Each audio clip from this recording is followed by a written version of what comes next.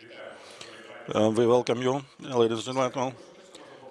We can applaud to each other, to charge ourselves, to work in mode, a little exercise in order to exercise our brain.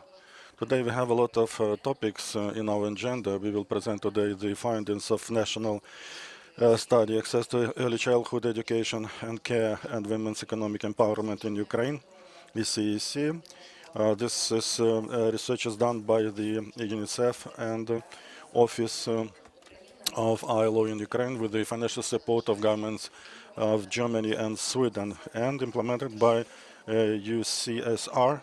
We are talking today about the which is impacts on economy of Ukraine and well-being of our Ukrainian people and daily life. Thank you so much to be here offline.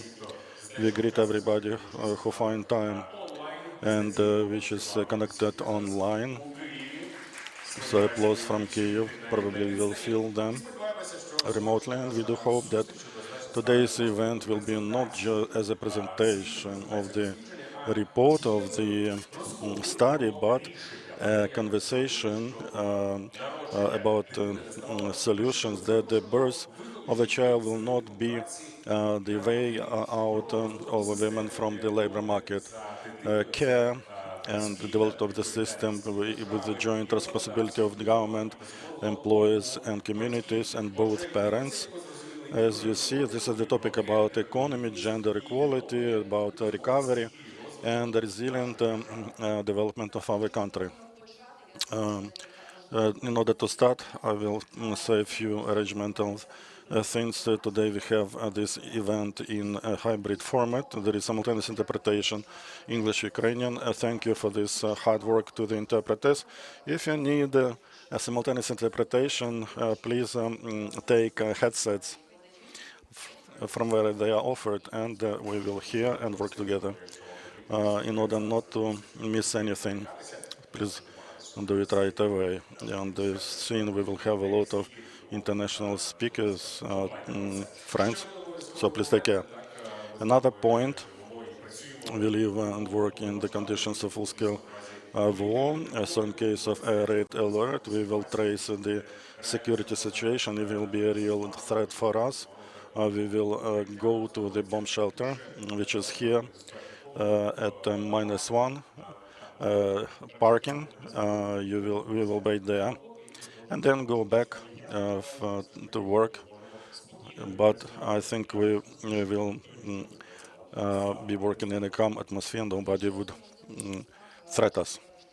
But today's sign of our consciousness and reality, this is a minute of silence. Please honor the memory of all military and civilians killed in full-scale aggression of Russia against Ukraine.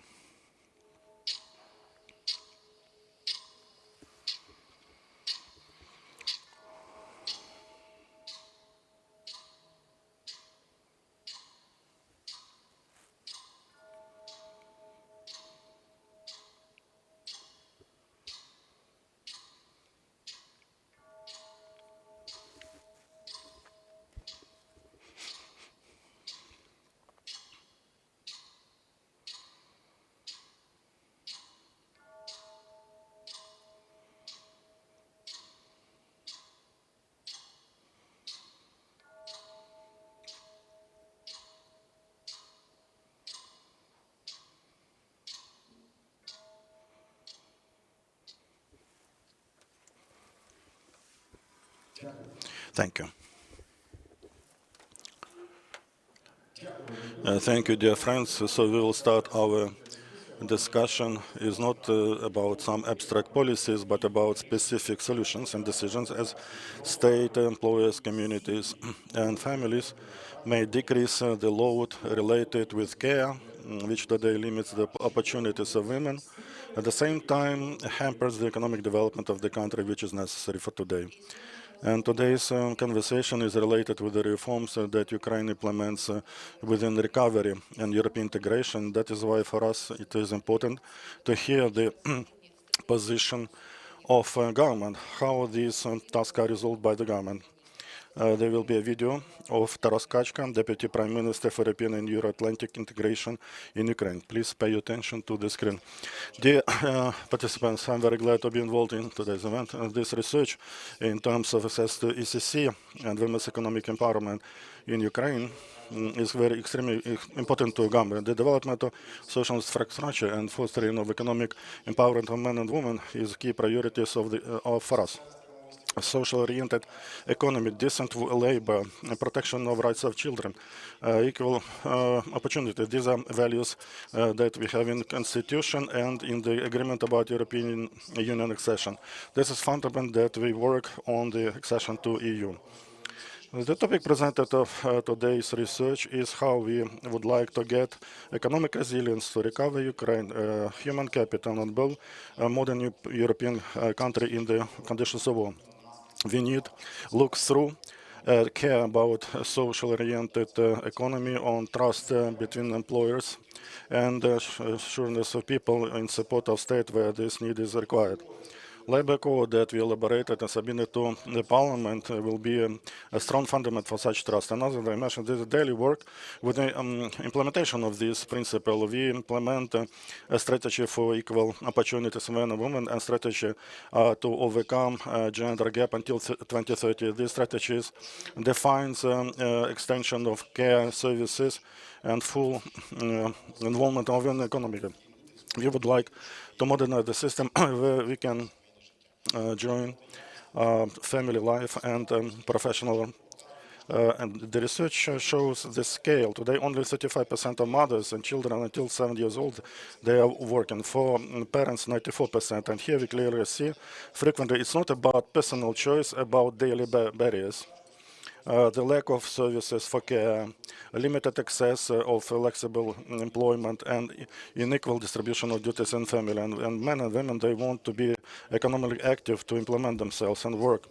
About 28% of mothers that today are not working, they find that they would like to have a job, but they started to search. The main problem are barriers which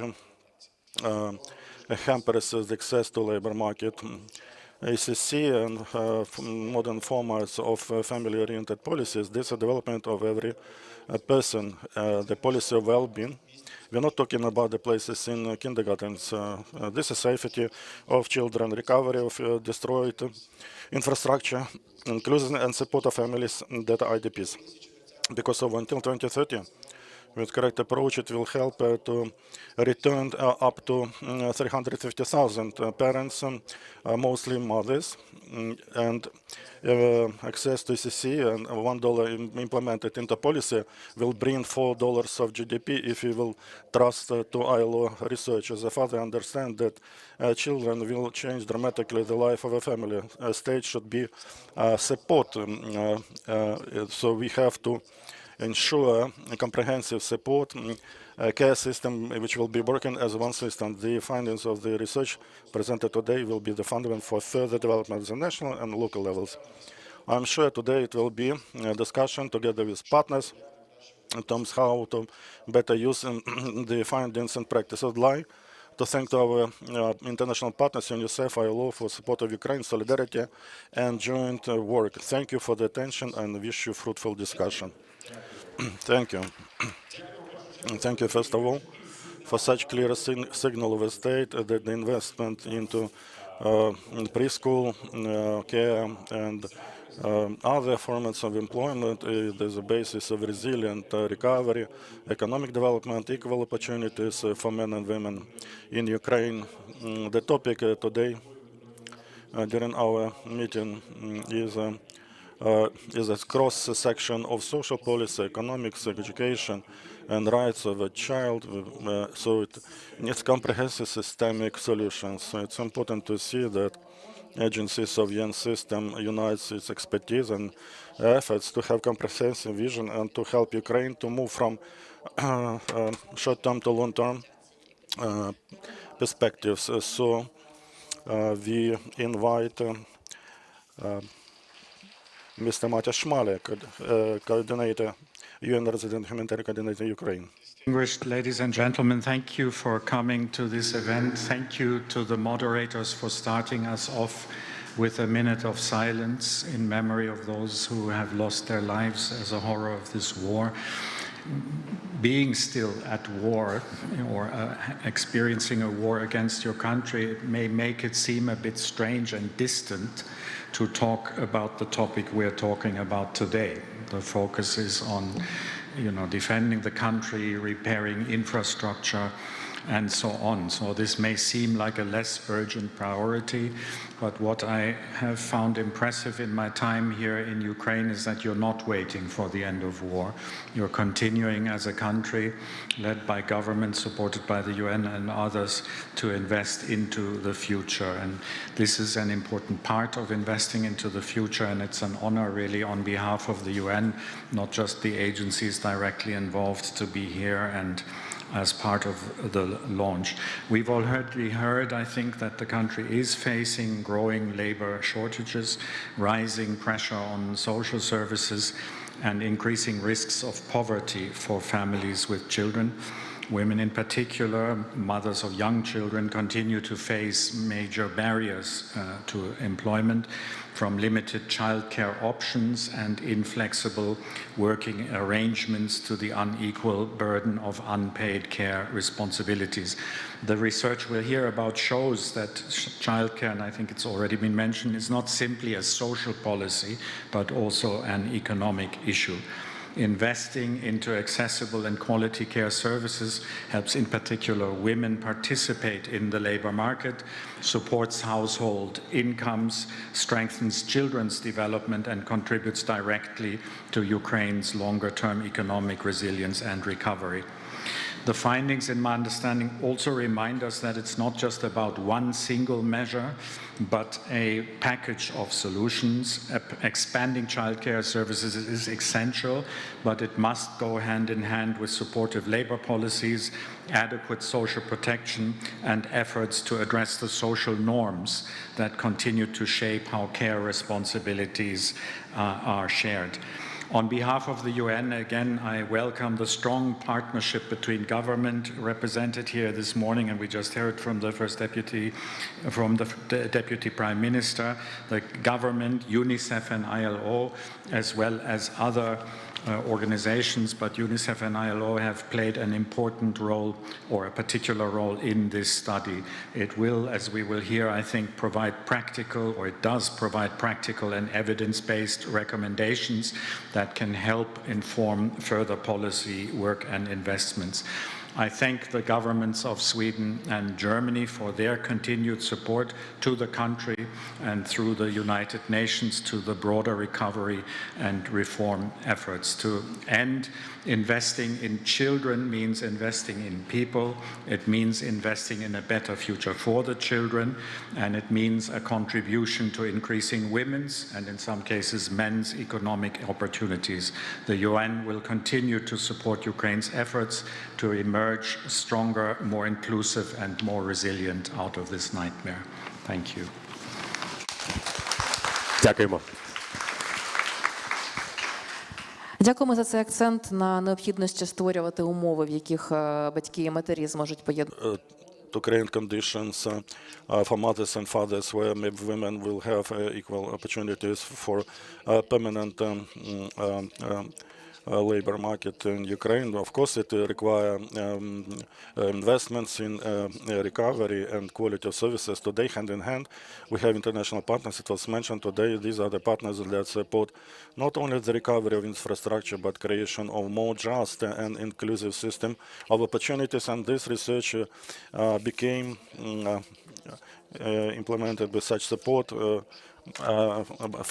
by funding from Sweden. So the floor is given to Martin Oberg.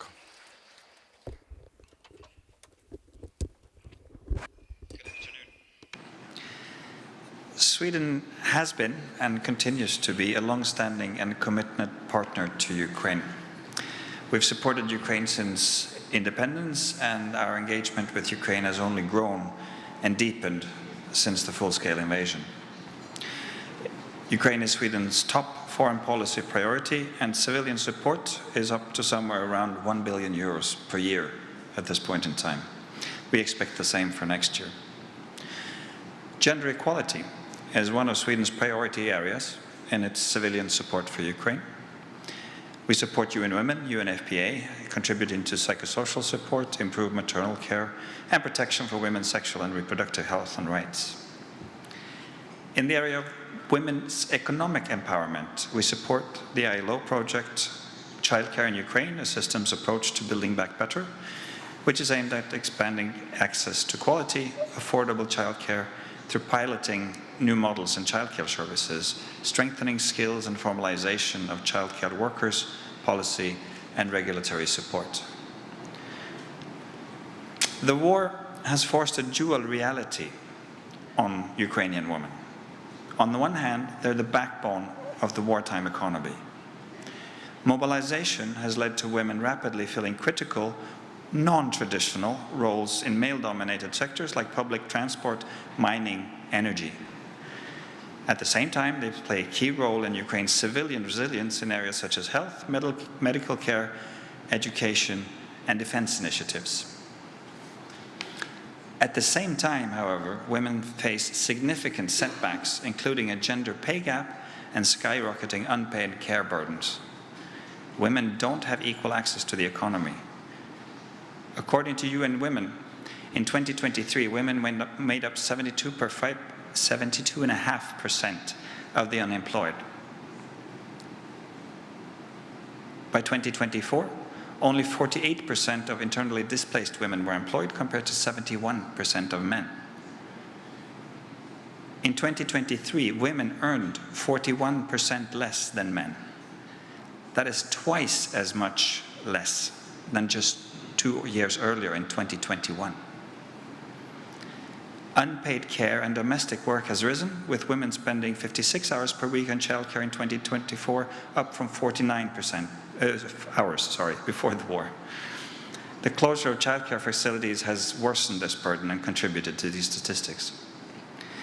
We welcome the study by ILO and UNICEF aimed to examine barriers and to identify effective evidence-based pathways to expand opportunities for women with children under the age of 7 to participate in the labor market. We hope that this can form the basis for effective policies and new childcare initiatives to tackle these inequalities. Дякую вам, жінки. I would like to thank you, women of the world. You are heroines at the front line and also in the labor market. Thank you.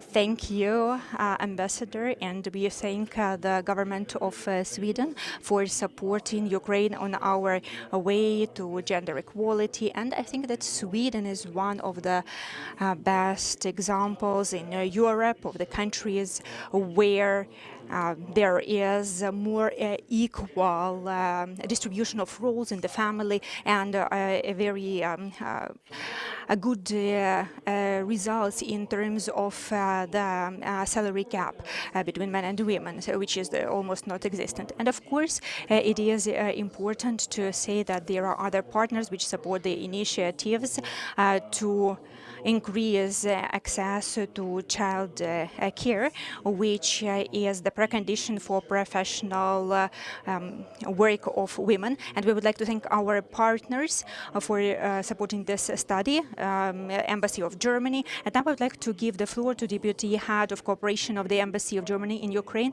Tony Baumann.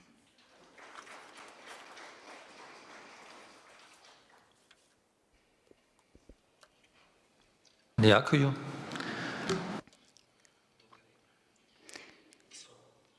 Ladies and gentlemen, Excellency, dear colleagues and partners, it is a pleasure and honor to be here today for the presentation of this very important study that I am very proud Germany co-financed together with Sweden.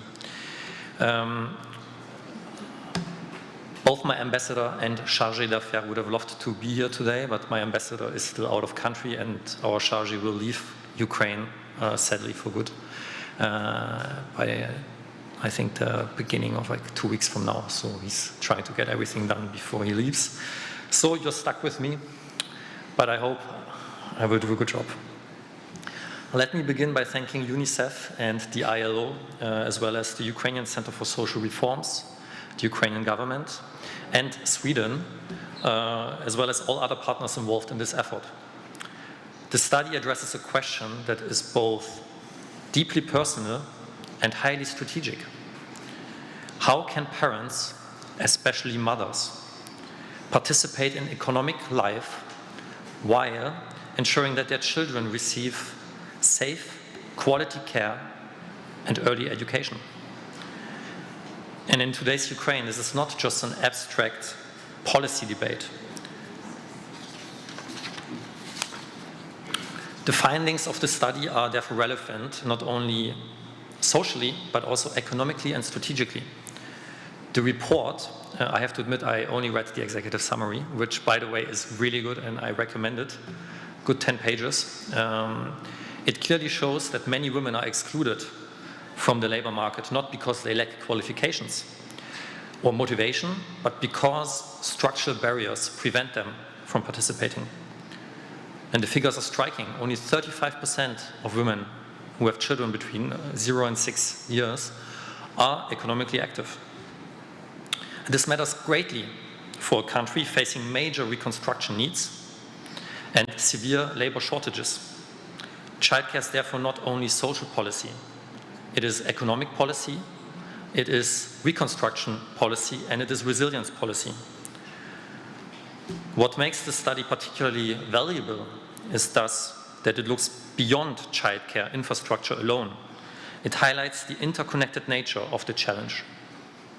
Access to childcare, workforce flexibility, parental leave systems, social norms, and labor market discrimination, which all reinforce one another. The study therefore rightly speaks about a broader care economy approach, and this is an important point. Care is not merely a private responsibility. Care is a social and economic infrastructure and responsibility. And the study points out that the economic potential is substantial. The study cites estimates suggesting that expanding access to early childhood education and care could enable up to 350,000 parents, primarily mothers, to re-enter the labor market by 2030. Investing in childcare, therefore, means investing in Ukraine's recovery, competitiveness, and future human capital. It is also closely linked to Ukraine's European path, and some points which, at least in the executive summary, did not touch upon. I think that ECEC is an incentive for returns of parents with young children. ECEC is an incentive on combating some of the lowest fertility rates in the world. And ECEC will also help to reduce poverty of the elderly, especially women, with divorce rates among the highest in Eastern Europe. On this last point, just a personal remark. My parents split up when I was very young. My mom is now retired, and she's not struggling as much as many other women her age in similar situations. And this is simply because I was placed into a day nursery before I turned 1 year old. This allowed my mom to work, to contribute into the social systems, and to now receive her retirement pension, to have a life in dignity. And without early childhood education and care, her fate might look different. And most likely, so would mine. Thus, Germany is proud to support Ukraine in this broader transformation. And personally, I am proud too. Because recovery is not only about physical reconstruction, but also about human infrastructure. The future of Ukraine will depend on families, on educators and caregivers, on equal opportunities, and on whether parents can combine work and care with dignity. This study provides valuable evidence and practical recommendations for moving forward. The next steps will be implementing them together. Government, municipalities, employers, civil society, and international partners. Germany remains committed to supporting Ukraine on this path. Thank you very much. Дякую. Дякуємо. Тоні Бауман. Thank you, Tony Baumann, and we thank the government of Germany for financially supporting this study and for supporting children's rights, access to quality early childhood education and care, enabling parents to combine child care with participation in the labor market. So, ladies and gentlemen, before we present the results of the study, we would like to engage you in our kind of local survey or like interactive part of our presentation. So please prepare your mobile phones. We have prepared just several questions for you. So you can scan this QR code now, and you will see some questions relevant to the topic of the study. We are interested to hear your perspective based on your experience, and then we will maybe compare the results of our local study with the results of the big study that will be presented. And just a small instruction, please scan the QR code and you will have like 20 seconds or so for each question, and then we will maybe compare and see the results. So we would like to hear your personal opinion, hear your perspective. You don't need to guess what other Ukrainians said. So we can see that 67 participants registered in our survey, and we see that we have 7 different options. The question is, what is the major factor stopping mothers of small children from returning to work?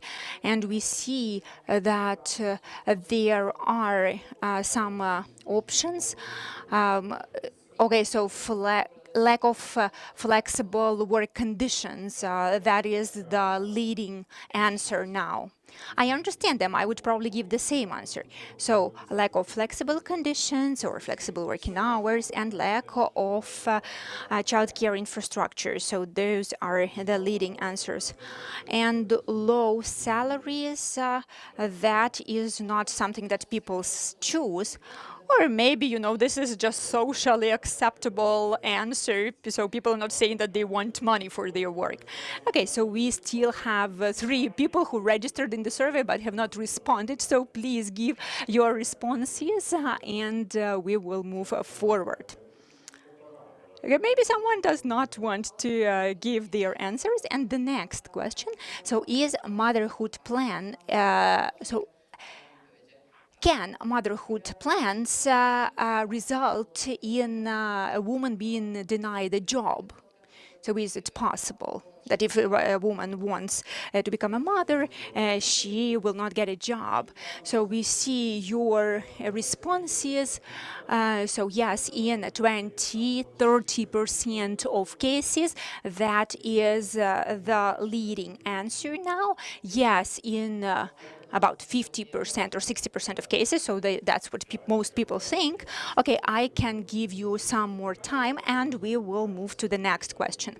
Okay, so we understand that if we look at the answers, we see that like 30% of the respondents said that yes in 30% of cases, and 22% said that yes in over 60% of cases. Okay, so we have received your responses, and now let us move to the next question. How, in your opinion, do social expectations affect mothers' return to work? And we have 4 options: significantly, to some extent, slightly, and don't affect. I do not think that there will be the choice that they don't affect, but we already see 2 answers like that. But that is your perspective. You say what you think. You are not trying to guess what other people say. So most people think that to some extent, significantly, it's like 21%, and just like 2 answers don't affect. What did you choose, Ludmila? don't affect. So that's one of those answers is yours, probably. Okay, so, or you wanted to give this response. Good. And the next one. In your opinion, what proportion of nursery places are available to kids under 3 years old? So 15%, 25%, or 35%. So we are trying to confuse you, right? So, what is the share of places in nurseries and kindergartens are for kids under 3? So most of you think that it's 15%, some of you think that it's 25%, and just 2 of you think that 35%. So probably those 2 are the same that gave this different answer to the previous question. Okay, but we have an anonymous survey, so we will not know who gave which answer. And I think that it was the last question. Oh no, we have one more. So in your opinion, which childcare option is most in demand? Okay, all clear. All clear, so we can leave the shelter now. And so we offered you the full time kindergarten, part-time kindergarten, after hours kindergarten, nanny, workplace kindergarten, family members. So the leader is full-time kindergarten, and also we have many people choosing after hours kindergarten, the workplace kindergarten. So we do have a prominent leader, so most of you prefer the full-time kindergarten, and also you like the option of after-hour kindergarten. So we think that maybe among people who are present, there are people who have smaller kids and a little bit elder kids. So if kids are small, they would really need the full time care. But those who go to school, maybe they would need some after-hours care. So it was the last question. Thank you for being active, and I think that you can give yourself a round of applause because you openly spoke about very important things. Okay, so let us now talk about the results of the study that we are going to present to see how people in Ukraine perceive access to early childhood education and care. And we are talking not just about mothers and fathers, but also about the role of grandparents, employers. So we are talking about the attitudes and expectations of the society as a whole. So we decided to change the traditional way of presentation and focus on the key questions that our stakeholders deem important. So we will have quite an interactive conversation, and we will also share some numbers. So I would like to invite Dr. Alexander Tsimbal, a lead researcher, Ukrainian Center for Social Reforms, who was the team lead for this study. So Alexander, welcome you. Thank you for your work. You can stand there if... can you hear me well? Yes. And let us start with an interesting question, like how was this study? What are the interesting aspects of this study? Thank you. I am happy to finally present the results of our deep and broad study. It took us quite a lot of time because we chose a non-standard way, and we did not just have a representative quantitative study among mothers. So we did not do just that. We wanted to look at the same issue from the perspective of different categories of population, all those people who are engaged in child care and who also influence the opinions of mothers.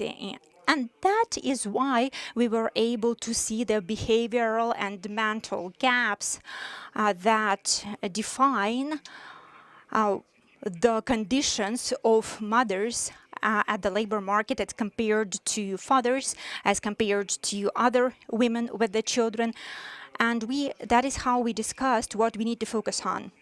And what exactly we looked at during the study, our main hypothesis was not just to see like if women with small children face challenges. We know that.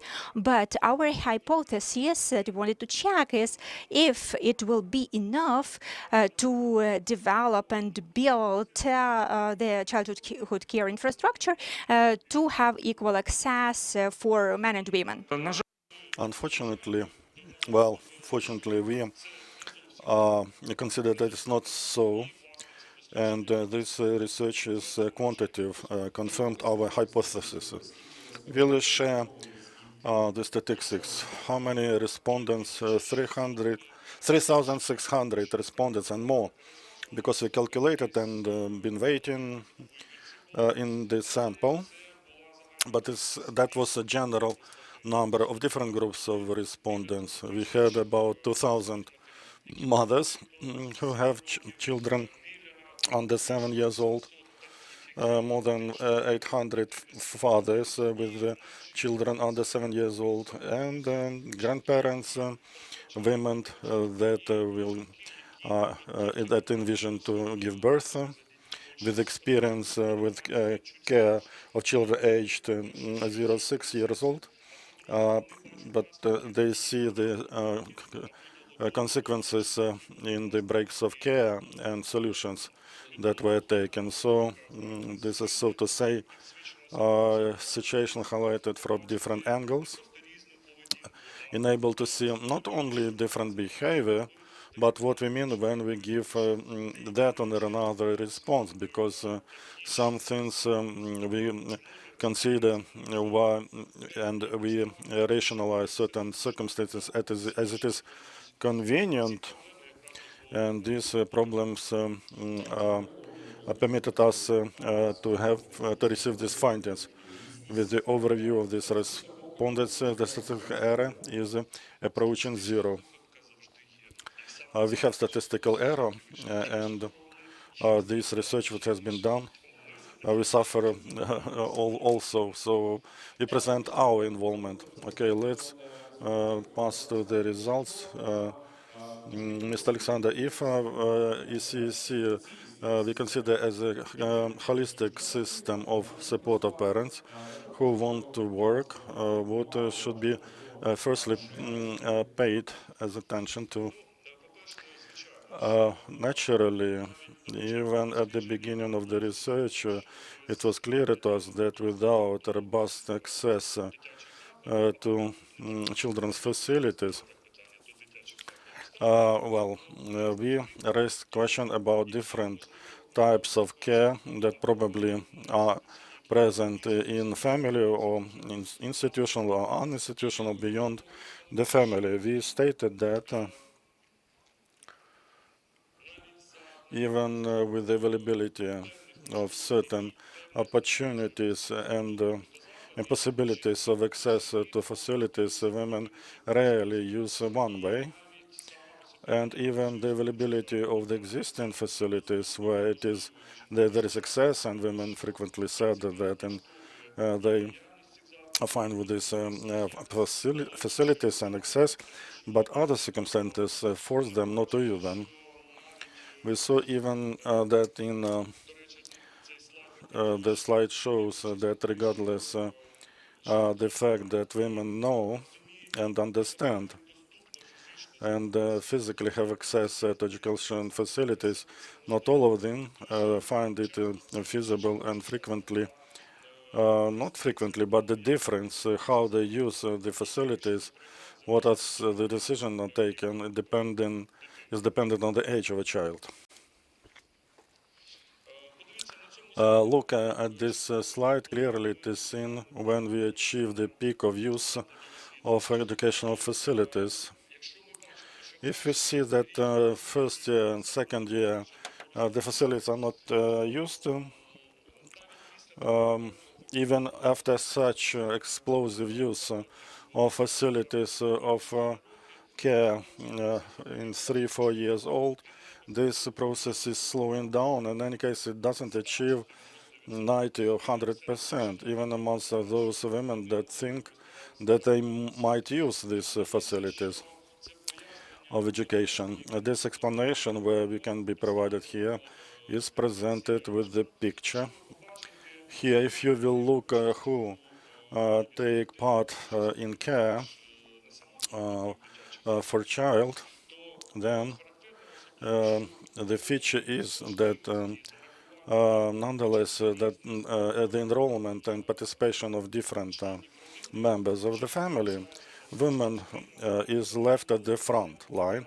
It never leaves its care, and even 100%, lowering down to 60%, but this decrease is exceptional within the range of statistical error. Why it happens so that the woman continues to take care full 6 years and the use of facilities is slowed down for the age of these children is actually fine for them, but just the availability of the facilities is not sufficient.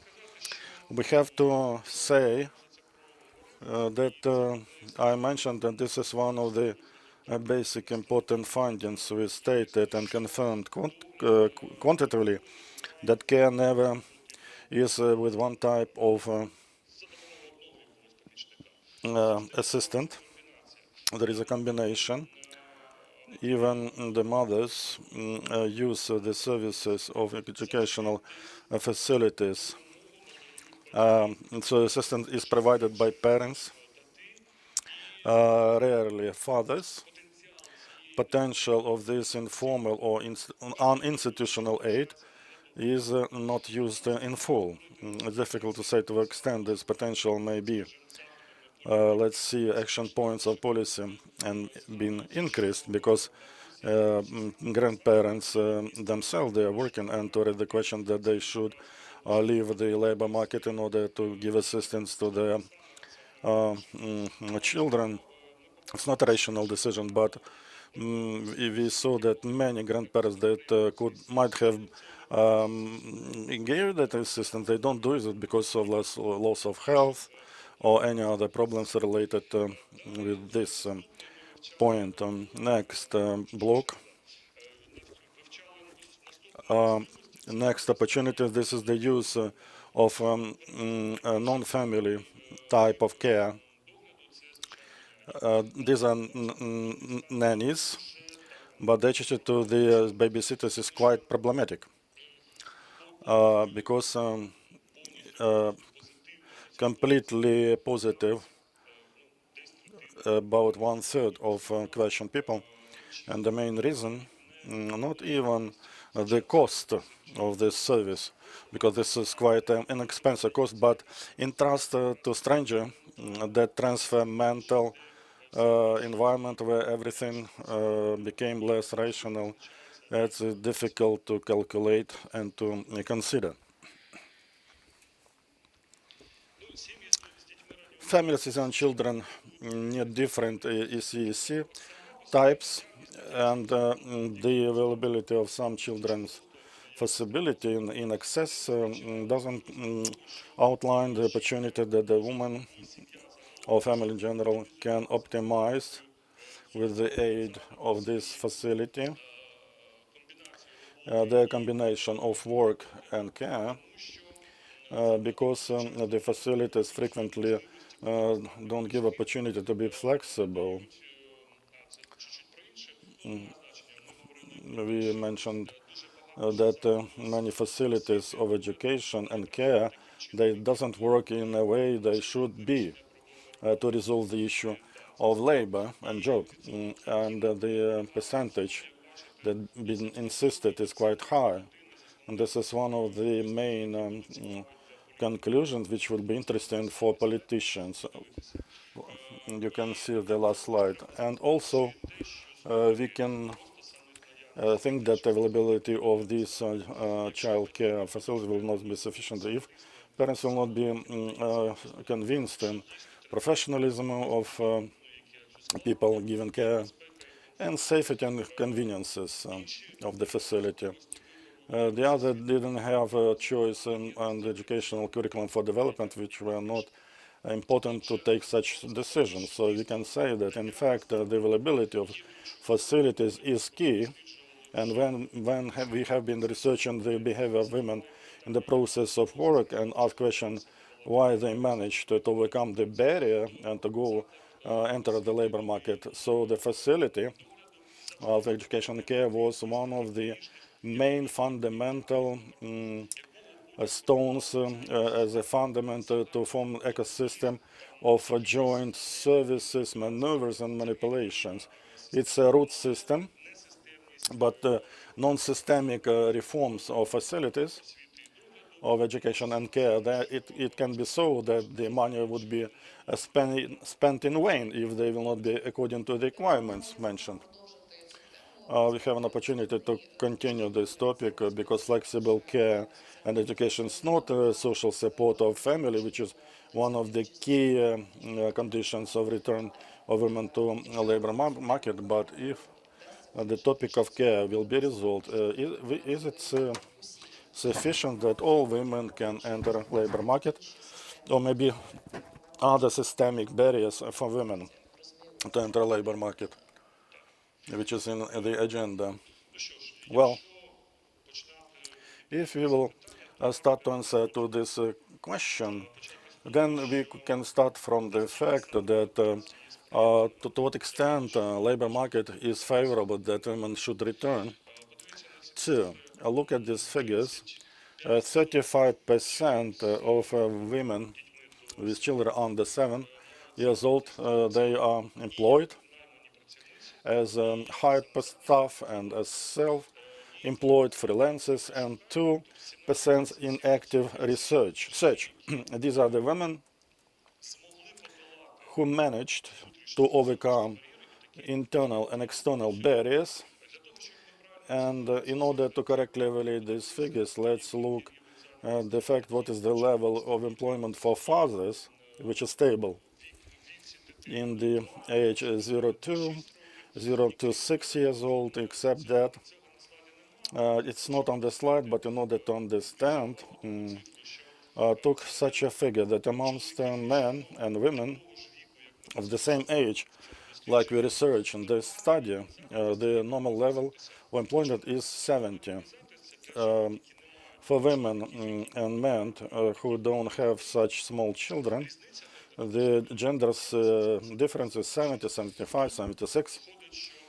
Here we have that the drop down for women potential 70% to 35%, and for men from normal level of employment, the increase is to 94%. So you have a bright classical picture of the so-called sanction for maternity and bonuses for the parenthood of men. It's not explained by the fact that there is absolute distinction between vectors in this period of men and women, but with the level of salary they gain in these processes, because men in 2 times get more in this period. So if our gender gap of remuneration was not at 20-30%, here it reaches 2 times more, which emphasizes the feature of the situation. What hampers, first of all, let's say,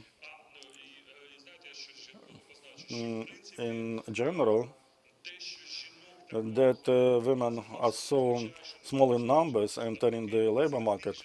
It doesn't mean that they don't want, except active economically. There were 28 just wanted right away, but they admitted different reasons, and we'll talk about it, why. It was not feasible to implement their wishes. 64% amongst other women left. They are thinking that before 6 years old they would like to enter a labor market, but within time frame from 0 to 6.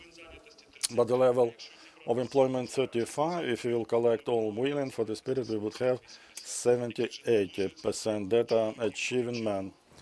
Thus, I would calculate the potential loss of employment from desired, not from the average, but from a figure of 40-50% percentage points of women that they don't get whatever they want. And naturally, the reason for that, not external circumstances, difficult to say, that's the future of research, that declarative women, they admit their fears, the absence of sureness in this period of maternity, but understand whether they have certain rationalization. In fact, the external drivers, they are in discriminative level, but if the conversation passed to the aspect of practical steps and what is taking place at the market when they had experience to search for job in that period, we see another picture.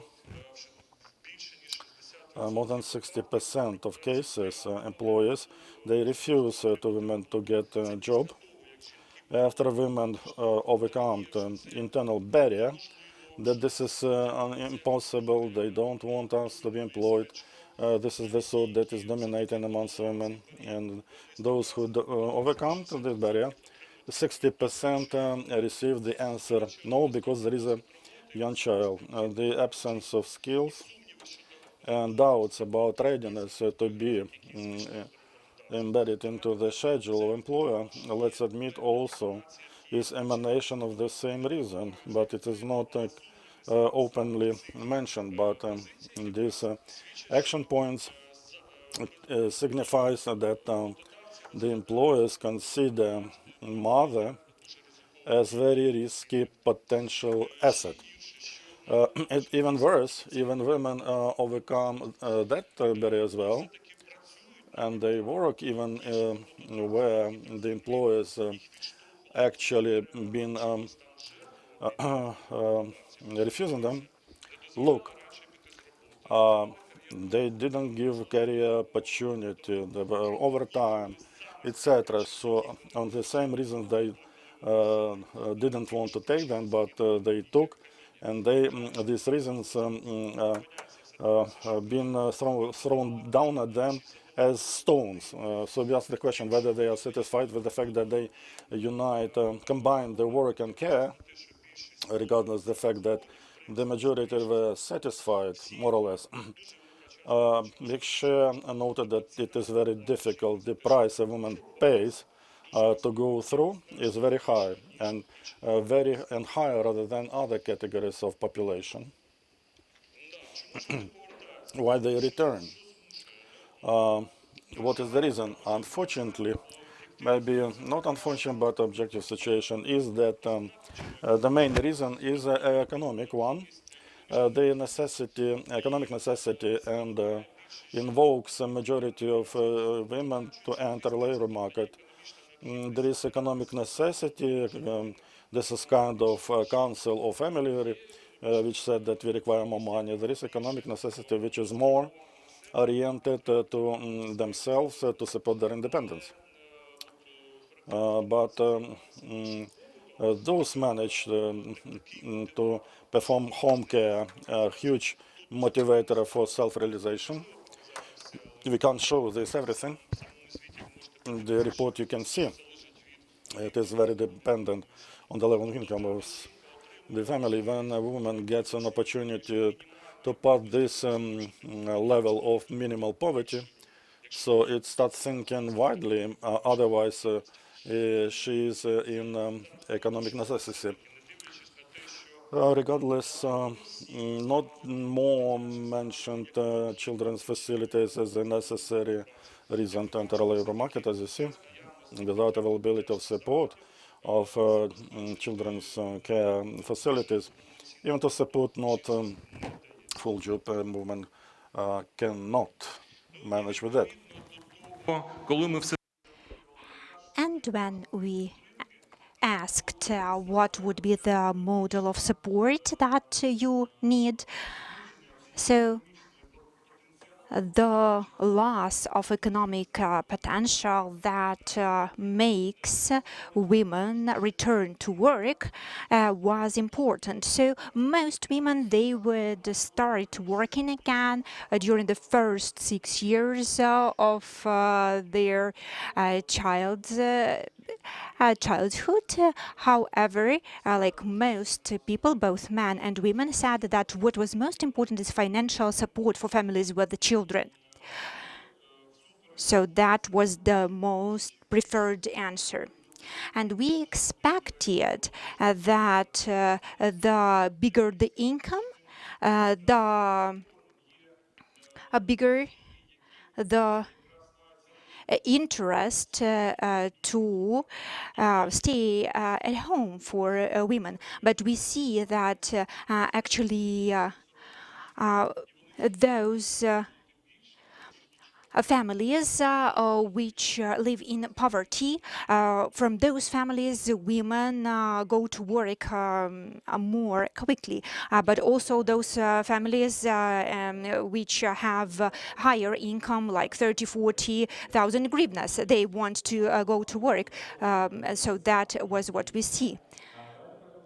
Okay, good. So let us now talk about social stereotypes and family dynamics. That is the next part of the study. So we have heard that some concerns of families relate to lack of infrastructure and conditions of employment, but also there are a lot of challenges, a lot of issues related to social expectations and roles of men and women. So what is the impact of such social stereotypes? And actually, we just have 4 minutes to finish the presentation. Okay, so we think that social stereotypes are the biggest grounds for all the issues that I have previously described. So if we look at social expectations such as interpretation of women of certain social expectations, so that is one thing, but social stereotypes that are part of thinking and interpretation of these gender roles, they lead to the situation that we have. So we still have this kind of standard perception of men's and women's roles. So it is considered that women are responsible for household, and men, even if they are engaged, they just do some separate tasks, they support the woman, but women, they do the major work. They are the ones responsible. And this situation does not allow women to ensure that their partners are fully engaged and that they have full responsibility for the household duties and for child care as well. And it is difficult to change the situation through like this state policies because this is just the kind of limitations that women impose on themselves. However, we do see some progress, and when we talk about equal rights, people respond quite positively. When we had focus groups and some interviews, we see that both men and women, they generally see that they support equal rights, at least at the level of declaring these values. Actually, our respondents, they said that they do agree that fathers need to be engaged in child care on par with women, so that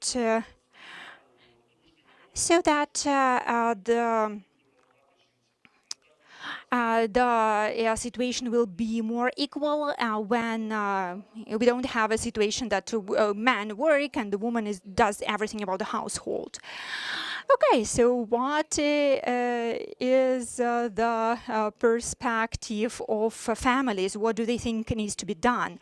First of all, families consider that the best option for me is if they could have a year and a half to 2 years of staying with the child.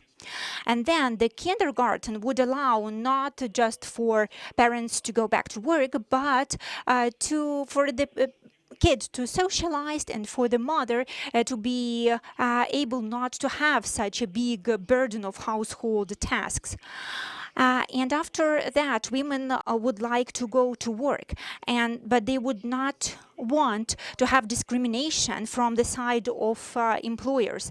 And our respondents, they agreed that it would be good to share this child care leave between mother and father. Like it could be 50-50, it could be 30 to 70%, but most respondents agreed with that. Thank you, Alexander. I understand that you could have spoken about the results of the study for a long time, but unfortunately we have time restrictions. So thank you so much, and I think that all of you, you will be able to get the text of the study, to read the whole report and to check all the details, to read more about the aspects and factors that you're interested in. And we now will prepare for our a panel discussion so that we discuss the specific steps that we need to do and the roadmap that we need to prepare. So I would like to ask Timur, what kind of struck you in the results of the study? Well, I actually some things were not surprising. I kind of expected that, but there are many issues to be addressed. And I am a father. I have 4 kids. The age is from 4 to 10 years old. And I can say that if we compare current situation with the situation we had 10 years ago, there is a big difference. And we can say that COVID contributed to the change of the situation and then the full-scale invasion, because we all had to adapt, we all had to transform and to address the issues.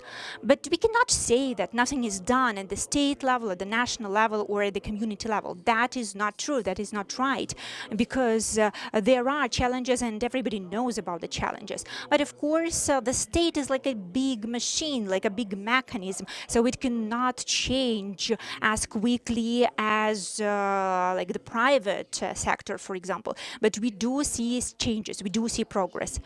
Are we ready? No, we need some more time for technical preparation. So we will have an active panel discussion. You can see the number of chairs that we have for the panelists. And today we are going to have representatives of different institutions and agencies, and we will be able to discuss the results of this study and what can be done. So, today we will focus on a practical question, like what has to change in state policy and in practices so that if a woman gives a birth to a child, it does not mean that she has to leave the labor market. And the numbers that we saw show us that it's not just about mathematics. If we just provide kindergartens, it will not address all the challenges, and only friendly employers will not be able to resolve all the issues, because this issue is multi-dimensional and we need to address it from those different dimensions. Okay, so not to waste more time, I think that we can already start to prepare for the panel discussion. So my colleague Irina, she will be here, and we can invite the participants of our panel discussion now. So I will invite everyone. First, I will just say names, and then I will introduce everyone. So, Lyudmila Shemelinis, Daria Marchak, Anastasia Konovalova, Marina Bardina, and Claire Dufay, Sabina Fraser-Gurnet, and Aida Lindmeyer. Please come here and join me.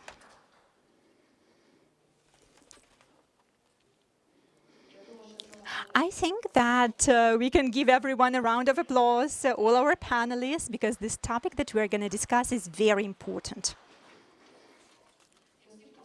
And because we all are getting ready for the discussion, so we can start, I think. I would like to give the floor, first of all, to Lyudmila Shemelinis, First Deputy Minister of Social Policy, Family and Unity of Ukraine. And we can continue to discuss this study that was presented. And the study clearly showed that a lot of this household burden is still on women in Ukraine. And at the same time, there are international approaches, there are standards which underline the role of the state in building policies, building services, which would create equal conditions for both men and women, mothers and fathers, in their family life, in economic processes. And it is important if we consider current challenges that we have in Ukraine when families are divided, like the father is at the front line or the mother is at the front line. There are many different circumstances. So the biggest burden is on the families where there are single mothers raising their children, and those mothers, they are responsible for making money, for covering all the basic needs of their family. And we have seen the numbers, we have seen the diagrams in the presentation. So the Ministry of Social Policy, Family and Unity of Ukraine implements the gender strategy. So what do you see in terms of challenges and in terms of the steps that needs to be done to support families with their children? Thank you. Good afternoon, everyone. So this study is really interesting, and our law was already adopted to combine professional activities, employment, and household duties. And I think that the study actually shows that we were right when we prepared this law and adopted it. We will see the results of its adoption a little bit later. And in terms of the challenges, gender-related challenges, now, because of the war, women have to perform a lot of additional duties, such as raising kids, doing all the household chores, and combining all of that with their professional activities. That is why women currently are the force that the civilian part of our society relies on. So today we talk a lot about inequality in terms of conditions, and today we saw in the presentation that employers often say that, women, they have some preferences at work, that they have a right to shorter working hours according to the law, and employers are not happy with that. And of course, women are interested in having access to early childhood education, and of course, they are interested in financial support, because financial support is something that can compensate them for their lack of ability to realize their professional potential. So today we talk about gender equality quite a lot, and we'll listen to what people of Ukraine are telling us. We try to adapt the laws, we try to adapt the strategy, and we want to guarantee equal rights and duties. And change the attitudes in the society to the imposed social norms. Thank you, Ludmila. So I would like to ask you. So according to the results of this study, so we understand that this issue cannot be addressed just by giving some money as like benefits or opening more kindergartens. We need to have this comprehensive approach. So do you see a possibility in the middle term or in the long term to build this integrated system with child care policies, with nurseries, with services of nannies, with support of families with children with disabilities, so that it would be a whole comprehensive system? Thank you for your question.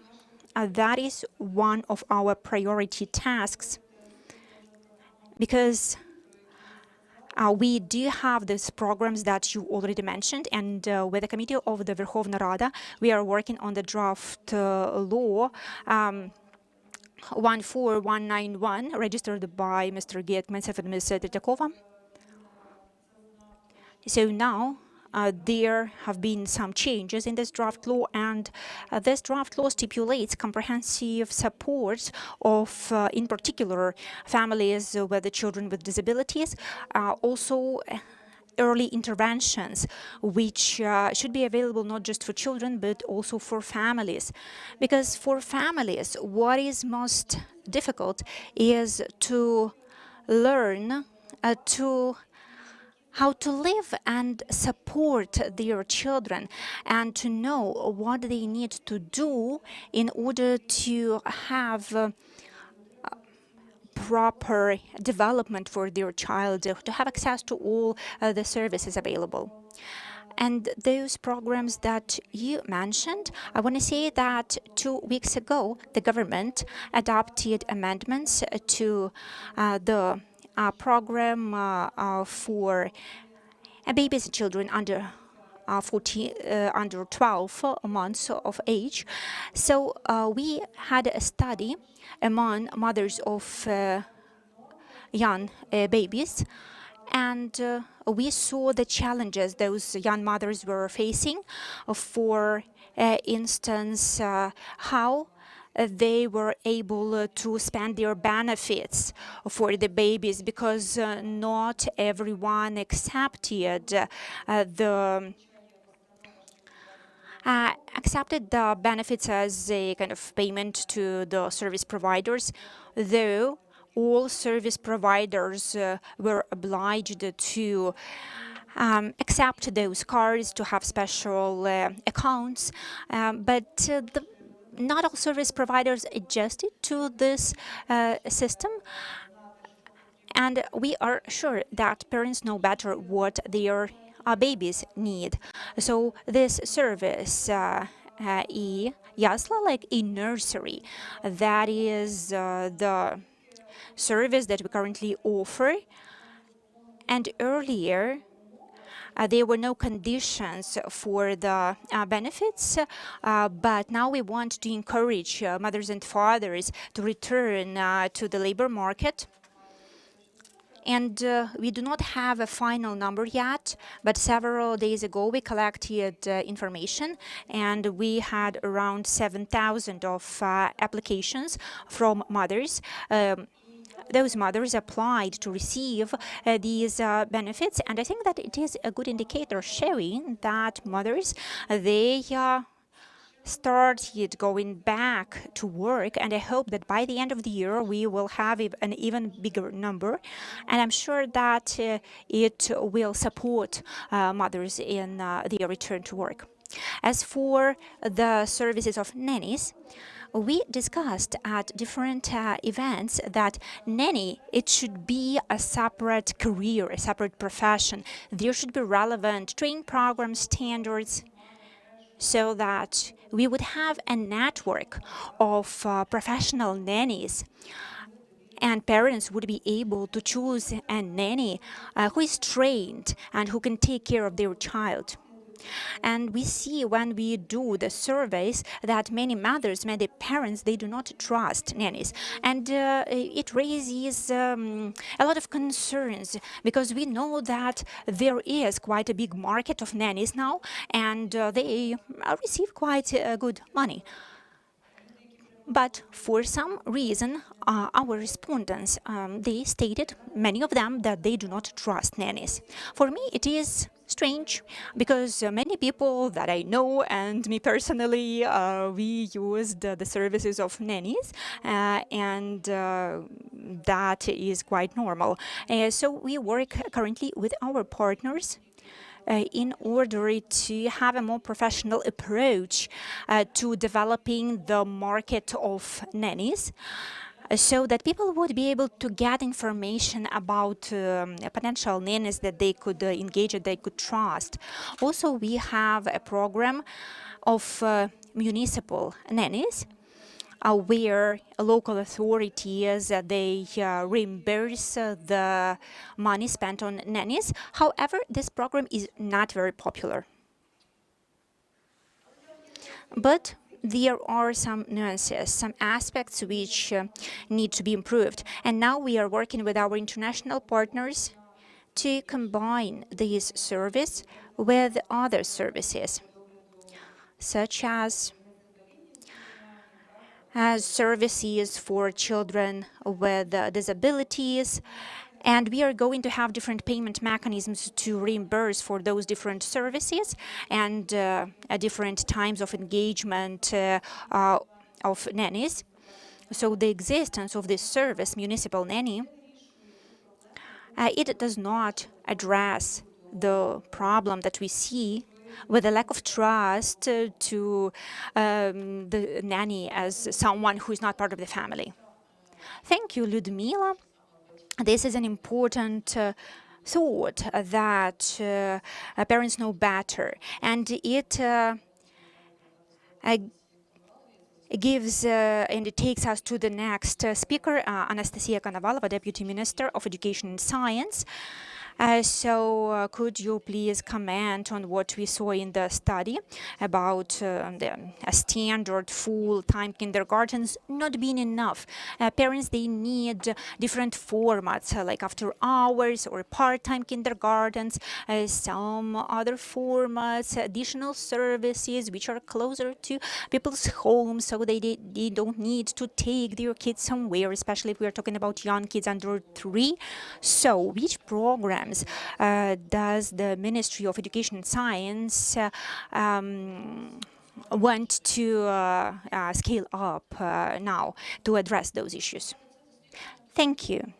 Actually, this study took quite a long time. I think it was 2 years, right? And we have a new law on early childhood education or preschool education. So it was adopted like about a year ago. And before that, we had like 2 options. One option was this full-time kindergarten, and the second option was like actually lack of such education. But now there are many different formats, such as part-time kindergartens, post hours or late hours kindergartens. But of course, it depends on the capacity of particular communities, because they need to have relevant budget, they need to organize the services. So of course the system needs time to adapt. However, we have various now formats of preschool education, and the centers of educational partnerships and the nurseries for kids under 1 year old are very popular, because traditionally we had kindergartens for kids aged 3 to 6, but now also there are nurseries which are very popular. And currently we have a situation when like 30% of kindergartens they have only 50% of like places of this beds which are taken, and we work with parents And we see that this service of working with both parents and children is very popular because, of course, there is this natural lack of trust to nannies as someone who is not part of our family, because we all come from caves. We used to take care of our own children ourselves. So when we give our child to someone else, it is difficult for any mother. So these partnership centers, they create conditions for mothers to come to the facility and be with their kids there, learn how to trust, learn to interact with the other people. And then there are these transition programs where women can communicate with educators, with the teachers. And we have this system that we used to have in like before, when the mother just took her kid to the kindergarten. The kid was taken, and she was not even able to see her kid. So we have this cooperation systems, and we work with partners, World Bank, UNICEF, ILO. And we are developing those new formats and new types of services. And we see that parents are really interested. There is high demand. So we see that when we offer those services, there are a lot of parents who want to use it, and communities, they even want to scale up. I think, yeah, that is the problem with this first time that you give your child to someone. And that is a problem that is typical for all countries. And we can just show parents that they can have more opportunities if there are nannies or nurseries which take care of their kids. Do you want to add something? Yeah, I want to add that when we have these partnership centers, then we can allow the mother to be there, watch her child play, and have some coffee. I went to Zaporizhzhia just recently, and those women, they said that, oh my God, it's so important for me to have this psychological support. And I know that when the mother is happy, then the child is happy, the family is happy, they will know to go abroad, they will stay here and raise their kids here. Good. So let us talk about equal access, because we have now frontline regions, rural areas. We have families with children with disabilities, special educational needs. We have a lot of IDPs. And the study, it clearly says that accessibility and inclusivity, they need to be comprehensive. So how does the Ministry of Education see the scale up? Because we talk about the barrier-free infrastructure and support of families. The ministry not only plans but also implements, and this is for the first time we have subvention for construction of shelters, of preschool facilities with the initiative of Prime Minister. Before that we finance only schools. Now we finance the construction of kindergartens, of bomb shelters. This is a principal key point. We cannot scale up without support of safety for children in frontline regions. We can't have a more simple shelter. It should be a full swing shelter. It's expensive, and the state invests. Communities also do a lot for repairs, and the international partners support us so much. Out of 12,000 facilities, the majority are provided with the shelters, but 482 facilities requires construction of shelters, and we are searching, and we involve the resources of partner state money we invest, because this is the priority. Thank you. Okay. Marina Bardina, Chair, Parliament Subcommittee for International Obligation, Human Rights and Gender Policy. We involve you to our conversation.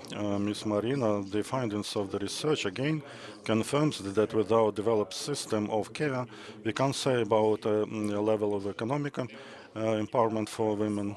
It's difficult but practically impossible. The area of care still, as to say it correctly, is not integrated very much into economic and labor policies. What is, in your opinion, to strengthen the understanding of investments into employment, the recovery, human capital of Ukraine? Thank you so much, Timur, for the question. Thank you so much for your public role in improvement in promotion of care as by biological parents and fostered families. And this is an example which gives us the opportunity to compare Ukraine 10 years ago and now. These are two different stories in approaches to parenthood, readiness of women to work at the labor market, and main thing is to say about the needs and being in places of decision-taking process and to promote the policies. This is key what happened for the last 10 years when women more and more now are in places of taking the decision. They talk about their needs. Your speech about 10 years ago inspired me on the experience of our parliament in 2019. When we had the convention, it happened to be so that many member of parliaments of members period when they started to give birth to babies, biological needs moved us to talk with the management of parliament of creation of adapted working place for us. The norm was voted that MPs, 80% of votes should be in favor that in general to get salary at the end of the month. When you are a mother who need to feed a child, you cannot be in the room because there is a legislative limitation with young kids to the parliament and the culture in the Ukrainian parliament. So when we started to talk about it, there were sayings that the parliament is not the place for kids. Here we have very tough and aggressive atmosphere now when almost 7 years gone. In a few months in the parliament we will see the room for needs of mother, father, for kids from age 0 to 3 years old, which there will be a possibility to feed and breastfeeding and daily care is the program and an example how come even in the parliament is very complicated to take such decisions. But from another hand, it signifies that we are moving to recognize the opportunity of combination parental care, maternity with the job. When I wrote the law draft about 14 father leave when they have a baby, that was the first vacation. It was very difficult to communicate with the colleagues without smile to adopt it in the parliament. Now today is easier. Any initiative that enters the parliament to support parenthood, what Lyudmila mentioned about the law, last law about combination. Now it's easier, it is more simple. People understood why it is important, and it is voted by the constitutional majority. It was harder before, but now member of parliaments appeared to use such a vacation. If you look to the statistics, men of different occupation, they use this kind of vacation. When in 2023, after the birth of a child, I understood even the vacation related to a pregnancy and maternity leave, it started at the 3rd weeks of pregnancy in mandatory order. Why I consider why it is so? It appeared that in somewhere a long time ago, MPs, men, where there were no women, they voted for such a norm.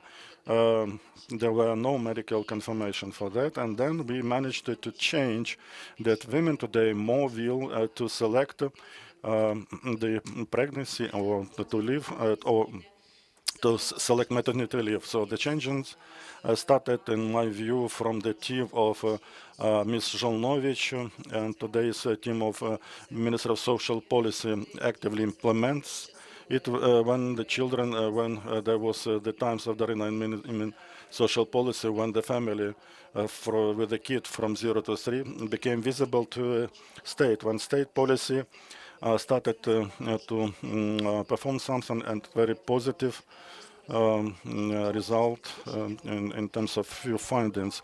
Also increase of salaries.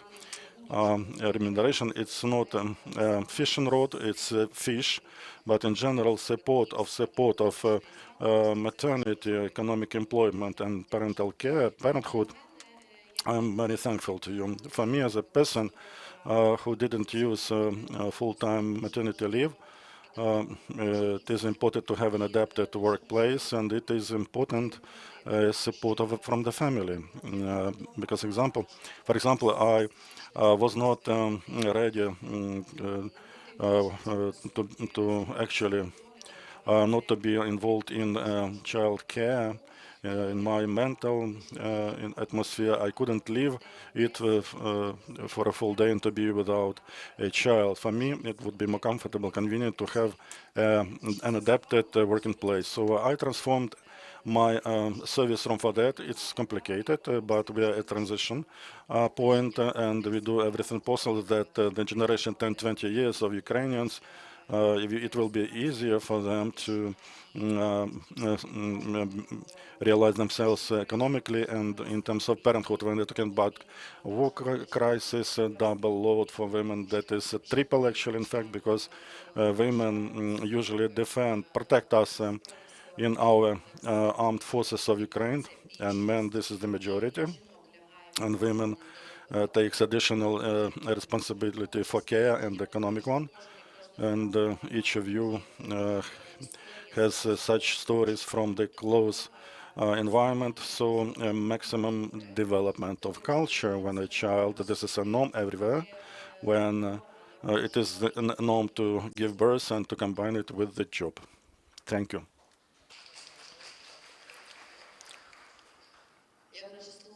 I was here in Tomarino, and I remember that due to this low draft, my husband took 2 weeks vacation after the birth of our son. And I was working until the very birth of a child. So these small things, they change life of Ukrainian families. We continue our conversation, and it's clear that we have a lot of real histories and stories from our life, and we will tell about them when we had some complicated things. I would like to pass the word to Darina Marchuk, Deputy Minister of Economy, Environment and Agriculture, and we will start talking about how come we can return back many people to labor market. So the habit to think about these expenses on preschool education, we can think about these costs in other way. This is better access to education, more accessible. ECC, we can return up to 350,000 people and create 188,000 new jobs. And it is interesting to talk that the ministry is what is already in practice to interpret this economic infrastructure at the level of other investments into recovery. If it is so, what does it change in budget and political logics? Good afternoon.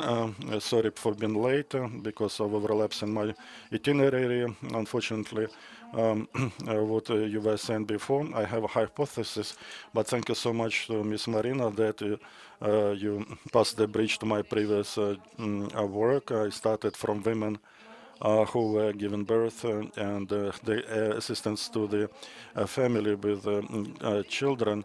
Now we gave birth, now we return back to their work. And in fact, MOE and environment and agriculture, I'm concerned about labor market. I have a background of social policy, so I have an opportunity to look at the labor market from 2 points of view. Who is present at the level on this market and who is absent. And we do understand that those who are absent, the potential reserve of a labor market, in fact, it's huge. Today we have 10 and 5 people that officially, millions of individuals that are officially employed. We have a lot of informal employment, and we have about 3.5 to 5 million of individuals that theoretically could be returned to the labor market. Amongst these 5 millions people, we broke down on 6 categories: people with disability, young people, need youth. This is a European term. Need youth who have no education, don't work, don't gain any other skills. So this is kind of lost youth. These are IDPs, aged 50 plus, people, vets, and women. And the statistics on women, personally, me, is amazing. In general, in Ukraine, only the second women in Ukraine is employed. I was not present at the research, but the figures what I see from the researchers, they say that amongst women who don't have children under 6, 30% are working. In my sincere conviction, as Ms. Marina says, I was not on maternity leave. My child was 3.5 months when I started to work in state bodies. It was super interesting work, but have like experience how to combine to feed a baby of 4 months old and also to work as well. It was interesting, and it helped me to for my self-realization. Така But I was lucky. I had the luxury of family members supporting me, but not all women have such a luxury, and they are not able because of that to return to their work. And now we are talking about women from, let's say, successful families. They have a child, and when the child turns 3, the woman can go back to work and take the kid to the kindergarten. However, there are families with difficulties. For instance, if children are with disabilities. I think that many of you heard about a recent study by Strong Women NGO, and they said that about 200,000 women in Ukraine are not able to work because they have to take care of their children with disabilities. And I do not know how many parents are not able to like work if they not just have children but also have children with disabilities. It will be a higher indicator than if we compare with the general population. Some people, they have the stereotype that it is great when the woman has a young woman and she has a small baby, she does not have to work. But for me it was different. I was so happy to go back to work because when you're just at home, you don't have socialization, you are financially dependent on another person, and it is not always nice, not always comfortable. That is why the ability to work for a woman who gave birth to a child, that is not just a question of having more taxpayers, but also the quality of life of such women, their ability to realize their potential. If we talk individually. In terms of economy, also we talk about a lot of people who could maybe make spaceships, but they are not making spaceships because they have to stay at home. So this combination of early child care, education, employment opportunities, we need to combine those things to make sure that women can go back to work. And that is one of the key priorities for our work. And what do we do as the ministry to facilitate that? Of course, we cooperate with our international partners. I would like to thank Ada Lindmeyer for supporting different forms of infrastructure for childcare. There are projects to open kindergartens at enterprises. And the second thing is that we are now starting to projects together with our partners from civil society, which are aimed at career orientation, training and retraining, and support of women with young children, so that women can go back to work. Because sometimes it's not about working hours. It is also a question of changed needs. And I see that research studies show that a lot of women want to go back to work, but they want to change their job. They want to pursue a different career. So we, as the government, we need to support them, and we need to offer them training so that they can find new jobs on the labor market. And the third thing is that we need to work with employers so that they do not show any sexism, ageism, and other stereotypes in relation to women. And I think I'm just thinking about this conversation with the NGO, Strong Women, and she said that 70% of women who have children with disabilities and take care of them, they dream to work. They really dream of it. They want to work, like they don't want any special conditions, but just give them this opportunity. And we need to talk to the employers. We have this charter of the sustainability of human capital, and that is kind of a club in which we try to promote and advocate for good HR practices in various industries, to show like what would be the proper HR practice if we have a woman, if we have a veteran, if we have a person who is like 60 years old or more. Because often enterprises, they want to have proper HR policies, but they need to know what the proper HR policies are, where they can be actually trained how to be inclusive in terms of working with human resources.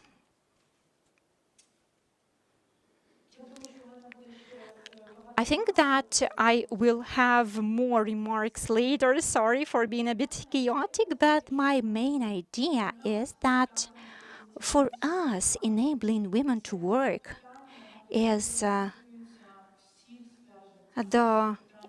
priority, and it relates to different areas of life. It is a question of our economic capacity, number of taxpayers in Ukraine, quality of life for the woman, quality of life for the mother, and the role model of the mother for the child. Like, will the child want to work, or will the child think that it's okay to just stay at home? So all those things are important aspects of sustainability of Ukraine as a whole today and in the future. Thank you. Thank you, Daria. Thank you for joining us. I am sure that you will read the report of the study in more detail, but I'm sure you have a good understanding of the situation. And you have responded partly to my next question, but the study shows that 61% of women, they expect that employers can have biased attitude to young mothers with children. And at the same time, we see the need in flexible working hours, flexible formats of work, without this fine for the motherhood. Yeah, like motherhood fine. That is a terrible thing, actually. I never heard this term before, but it's really bad. So my question to you, as part of the government and woman and mother also. So what do you think should happen so that employers and women understand that those stereotypes do not exist, that they can go and work? I think here we have three mechanisms or tools. First of all, we need to fix the laws, let's put it this way. We have the draft labor code, and we would like to make amendments. We hope that we will make amendments in terms of various restrictions that we have in legislation for women's employment. So when we are trying to kind of save women by actually not allowing them to do certain things, to have certain jobs. The second thing is that we need training programs. When I mentioned training for HR specialists, I was talking about a stigma and discrimination, because those things, they have faces. When there are certain people in the company who do not want to hire the woman, often we are talking about the boss or the manager or the HR manager. So in order to overcome those limitations, we need to actually train those people and show them that those practices, they are outdated, that now you should work in a different way. And we need to have a comprehensive program to work with the HR officers, first of all. With managers, there it's more challenging. And this charter on the sustainability of human capital, that is the mechanism for us on how we can encourage and promote those practices and guidelines among the HR people. And thirdly, I think that we need to have good communication. At least I am from the school of proper policy making that says that there are three ways of changes in the country, like legislative or regulatory, distribution of the budget, and communication. And communication about what is right and what is wrong is a good tool. And I think that in terms of communication, we have done quite a lot, and we have Sabine Fraser here, and we have this communication campaign with a slogan that is revolutionary, and it really empowers women. It empowers me, actually, quite a lot. And I think that we need still to do a lot to deliver those messages to women at different levels and to employers as well. Thank you.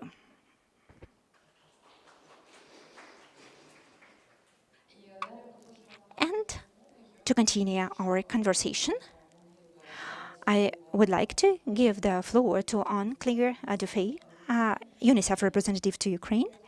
So we have some questions that we could discuss, so I will ask them, and Claire, you can choose in which order you would like to respond. So what are the key recommendations for the Ukrainian government and partners to improve access to early childhood education and care based on this study that was presented, and what should be the first steps, the priority steps for the system to work better to cover families with children? And the third question is why childhood education and care are not just about child care, but the issue of recovery and reconstruction of Ukraine. So, Anne-Claire, over to you. Thank you so much. So first, I'd like to start with sharing some experience, because I was last week in Odessa, Mykolaiv, and Kherson, including Kherson city. And, you know, we went underground in the child protection hubs. And there you saw young kids being stimulated, singing, learning, playing. And then we met with the caregivers, mainly mothers, who were there in the center. And they highly appreciated the opportunity to bring their children. But also for them, it was an opportunity to meet other mothers and have an exchange, because it's not easy, of course, to live in these conditions. And what they said when I asked, what else can we do to support you, we, the government and UNICEF and other agencies, they said we would like the kids to come not only once or twice a week, but every day, you know, and for longer hours. So this just to confirm that there is a demand, a huge demand for early childhood education and care, including close to the front line and in underground for children to be safe and caregivers to be safe. When I was a mother myself, and I have 2 children, and they're grown up now, I really appreciated when my organization, UNICEF, allowed me to bring my baby to the office so that I could nurse my babies. And if it wasn't the case, I don't think it would have been easy for me, you know, to work and to take care of my child. So again, I think all what was said earlier about the workplace also to be conducive to taking care of a child and breastfeeding is important.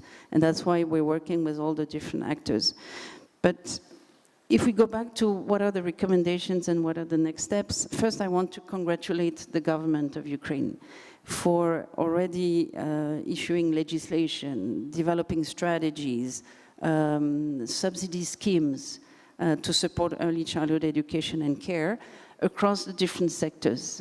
Yesterday we also had the meeting of the Barrier-Free Council led by the First Lady, and many ministers were there to actually show what is the progress made already to address the barriers when it comes to inclusive services. And tomorrow there is a meeting of the Council on the Protection of Child Rights, where I'm sure we will also discuss the importance of early childhood education and care. And some very pragmatic steps can be first to do a mapping, collect data, disaggregated data, about the demands and the existing services. Because back to my initial experience in the field, we may therefore identify areas where we need to increase the number of centers in safe spaces to make sure that we respond to the huge demand. Of course, we need to make sure that they're inclusive as well, and that's an area where the government of Ukraine is doing a lot of good work. What I think is important too is to make sure that we have flexibility when it comes to early childhood care and education, because you can have some institutional forms of education and care, but you can also have community-based care or home-based care. And you've discussed that already in the previous interventions. You ask about how is this related to recovery. I mean, obviously, the previous speakers mentioned how the creation of 350,000 jobs, for example, would clearly make a huge difference in the in society and the recovery agenda of Ukraine. Beyond that, I think we could also involve young people more and train them in relation to early childhood care and education. They're looking for jobs, they're looking for opportunities, and so let's also, you know, involve young people, boys and girls. Clearly, the recovery agenda is related to human capital. So if we allow women to work and be fulfilled and have access to services and also contribute to, you know, an active society, then we will be able to contribute to a stronger Ukraine as it moves towards transition to EU accession and recovery. Thank you. Дякую дуже. Thank you very much. And now let us talk about another barrier, and then I would like to give the floor to Sabine Fraser-Reguenache, UN Women representative to Ukraine. So I have a question about those women who do not go to work because of the stereotypes existing in their families, that the mother should stay at home, should take care of the children. It is one of the systematic barriers, and no economy in the world can afford that. So my question to you about your experience of working in Ukraine for a long time. So what can work to overcome those stereotypes about gender roles, and what could be the barrier reinforcing such stereotypes? Дуже дякую. Let me first start by saying a huge congratulations to UNICEF, to ILO, to the Ministry of Economy, to the Ministry of Education, to the Ministry of Social Policy, and all the partners who were involved in this study. I really think that this study is a groundbreaking study. It's a groundbreaking study for Ukraine. It's a groundbreaking study for the world, because it's very rare that one can actually study the care economy in a crisis situation, and that it's done as professionally as well as it's been done in this report. So really, I have been very impressed by the study, by the statistics, by both the qualitative and quantitative research and findings, and of course by the policy recommendations as well. So I really want to say huge congratulations to you for this great piece of work, which I think is very important to show also that, with the focus on care in childhood education, but it also opens the doors to other issues, such as the one that you asked me about in terms of stereotypes. What I want to just say is that we at UN Women have also done a study on the effect of the energy crisis and the energy challenges that happened last winter and that have happened this winter, and the effect of that energy crisis on women in Ukraine. And what was quite surprising to me to find out is that actually in that study, the key issues that have come out have also been related to care. So what we have clearly found is that care is an issue which has grown in importance within the context of the war, within the context of Russia's large-scale invasion of Ukraine. Problems of care have become much bigger. Partially that is because of the stereotypes and because of the fact that women are generally those who take on the extra domestic work. So sometimes this may be related to childcare, sometimes it may be related to care of elderly members of the family, it may be related to care of disabled persons, of veterans returning to the household. So clearly what we're seeing in Ukraine today is that women are taking on a greater care burden. Again, within the context of the energy, we clearly saw this because it's generally been women who then had to deal with the cooking issues at home, keeping the food preserved, having to deal with charging the devices, going up and down when they were living in multi-story buildings. So clearly the care burden has increased today within Ukraine, and that has led to increase in inequality between women and men. So this, I think, is one point that is very important to understand, is that, yes, care is a very important issue when we're talking about childcare, but what we're really seeing is that there are many different care burdens, and that these care burdens are really today increasing inequality in Ukraine. What we're also seeing, of course, is that what is very important in the framing of this report is that care is not only an issue of rights, but it's really a key aspect of social and economic infrastructure. So as the colleagues from the government of Ukraine have pointed out, it will be essential to overcome these care burdens if we're going to ensure economic growth in Ukraine, if we're going to ensure full education for children of all ages.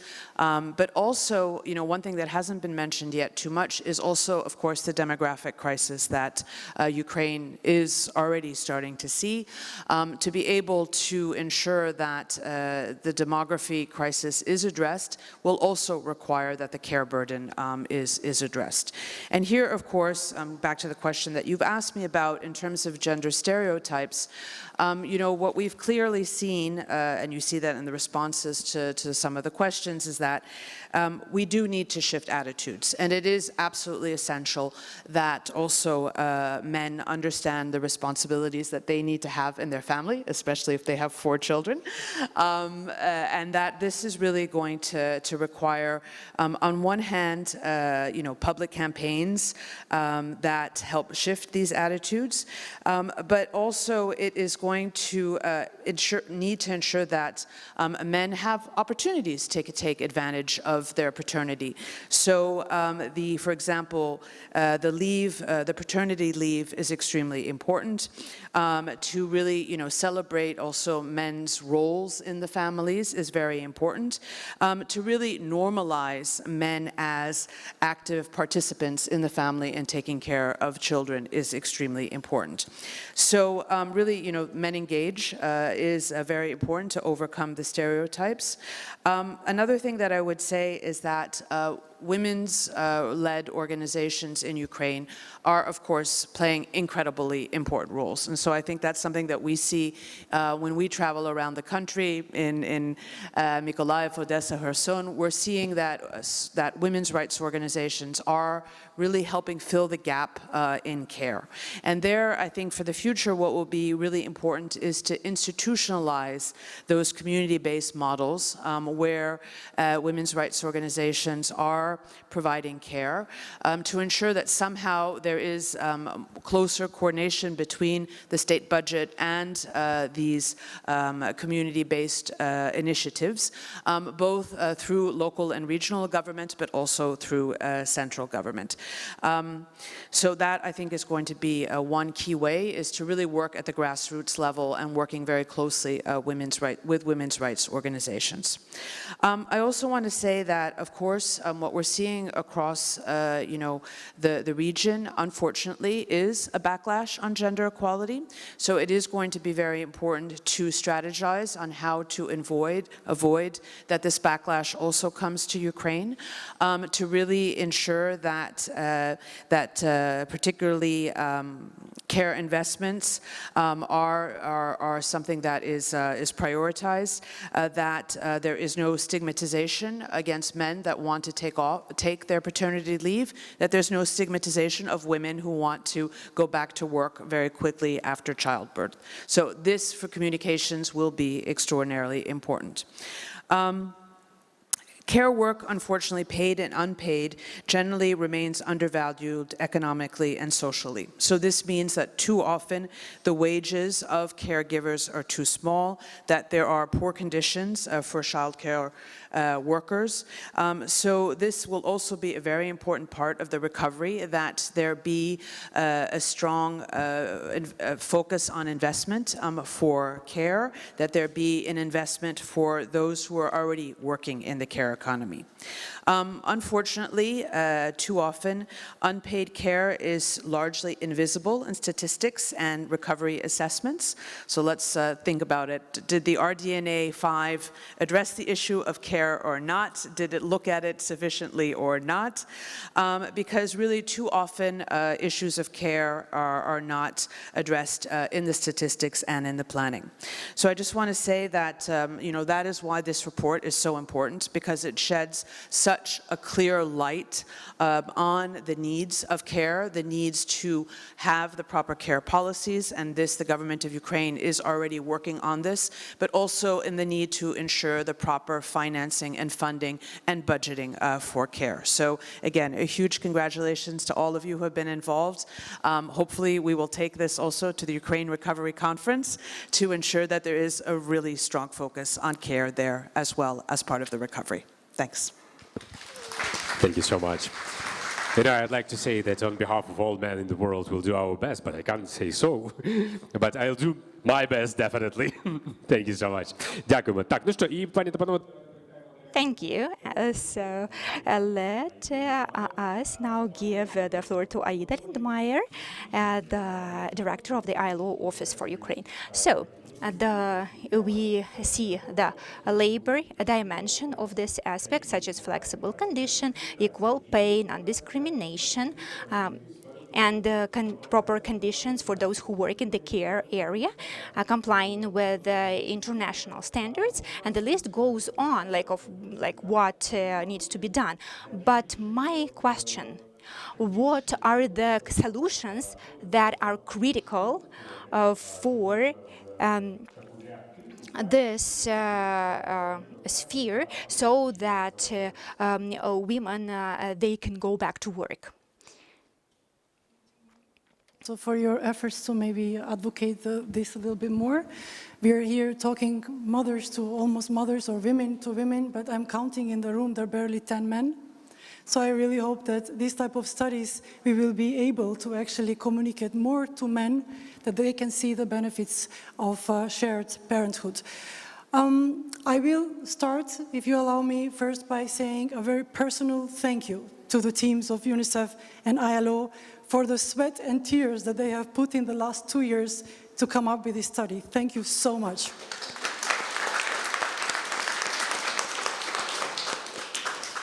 And then I want to say, not everything has been that bad. There's a lot of work that has taken place. I mean, I'm here 2 years, but this office has been working at least in the last decade together with the Ministry of Social Policy, also with the leadership of Daria Marchak here, but also with our colleagues now in the lead. A lot has been done in advocating and promoting more the ILO's global framework of 4 or 5 R's, which is a global framework of decent care work. And these 5 R's are recognizing care work, reducing the burden on women of care work, redistributing therefore that burden, rewarding and representing care work. We have been supporting Ukraine in transforming childcare and care economy into one of the key pillars of its economic recovery. Now, a lot of work has been done there. I don't want to go into details. A lot of it was mentioned. But what I want to move over is to the critical solutions. I will start by saying that what we need is the legislation that actually works. We need paid parental leave mechanisms for each parent. We need the right to request flexible working arrangements for women. We need protection from discrimination and safe return to work and measures to reduce the gender pay gap. A non-transferable portion of parental leave for fathers is an important tool for redistributing care responsibilities, but it works best when the leave is paid, legitimized and culturally normalized for men. Another remark that this room is almost barely 5% men represented. We're looking at financial instruments, such as the municipal nanny and Yayasla programs, or tax incentives for parents to pay for care services that are strong incentives for formalizing employment. However, these mechanisms might need to also consider women engaged in part-time work, self-employment, education, or job seeking. The care sector itself must become a sector of decent work. This means that formalization and institutionalization of relevant care professions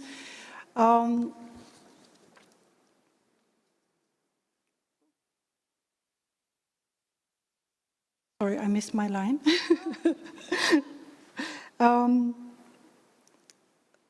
of professions, that means that are relevant for domestic work, professionalization, social protection, and decent work conditions, particularly fair wages for workers of early childhood education and care.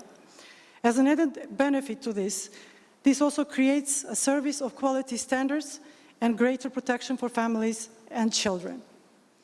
This also underscores the need to ratify the ILO Convention 183 on guaranteeing maternity protections for working women, the ILO Convention 189 that establishes basic labor rights and social protections for domestic workers, and ILO Convention 190, which is the first international treaty to recognize the right of work of everyone in a world of work that is free from violence and harassment, including gender-based violence.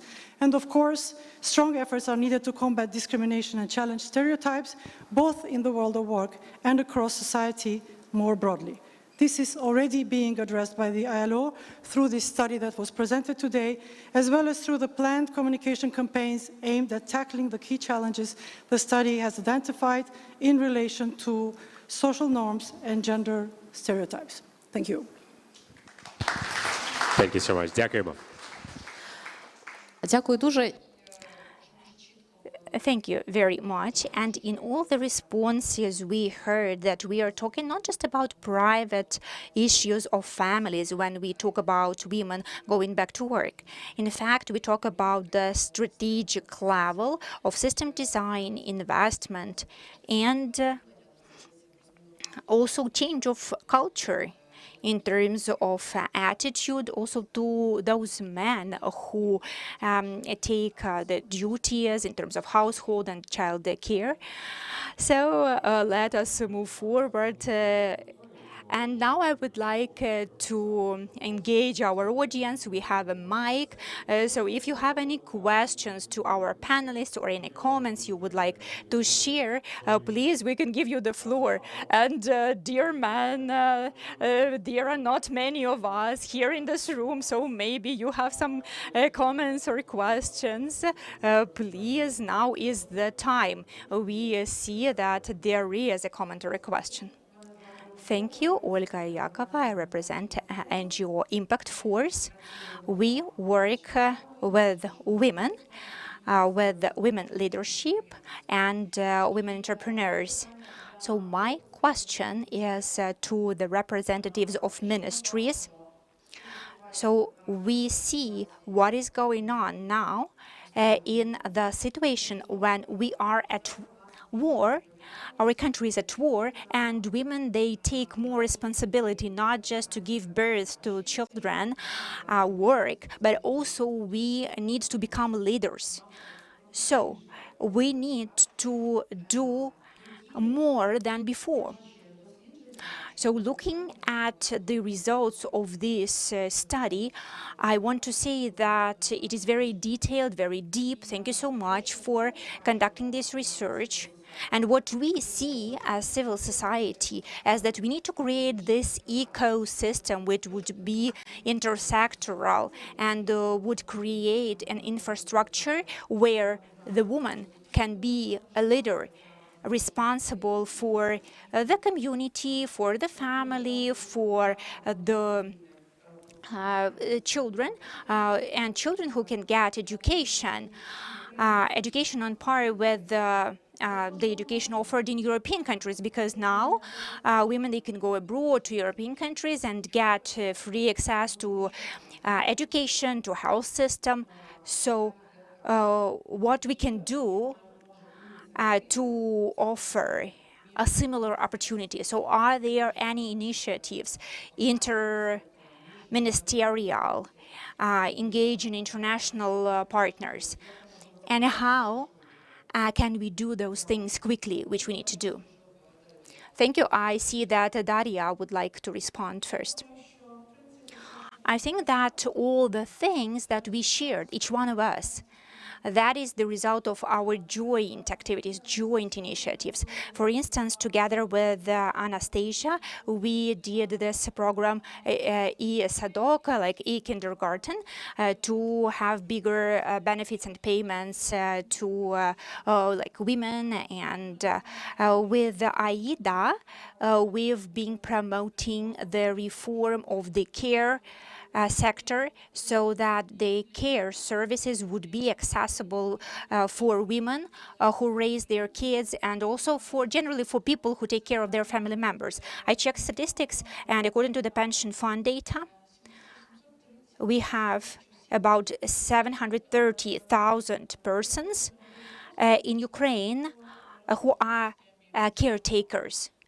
So those are the ones registered with the pension fund, meaning that they get some benefits from the state.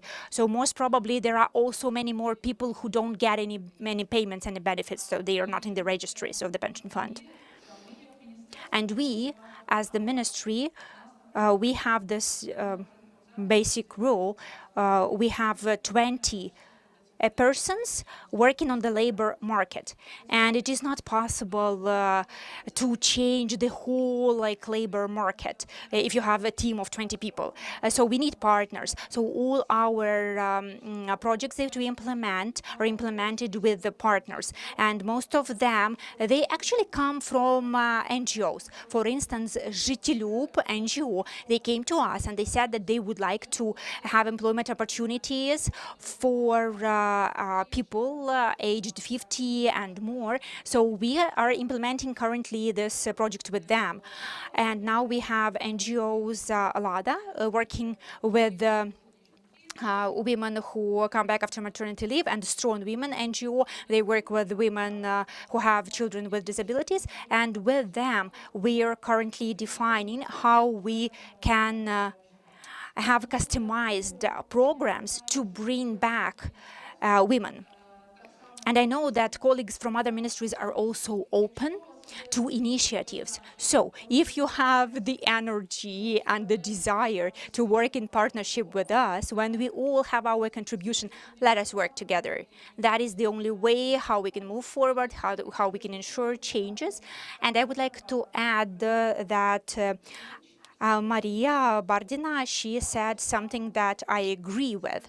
When I came to the Ministry of Social Policy, it was 2022, after the full-scale invasion started. And I remember that many of the issues that we are discussing now, they were not even on the agenda. Nobody raised them. And I'm convinced that we, as a country, we are making a quantum leap in the area that was often ignored and overlooked, as well as in many other areas. However, we can only do it together. The government itself will not cope with this task. Ms. Bardina?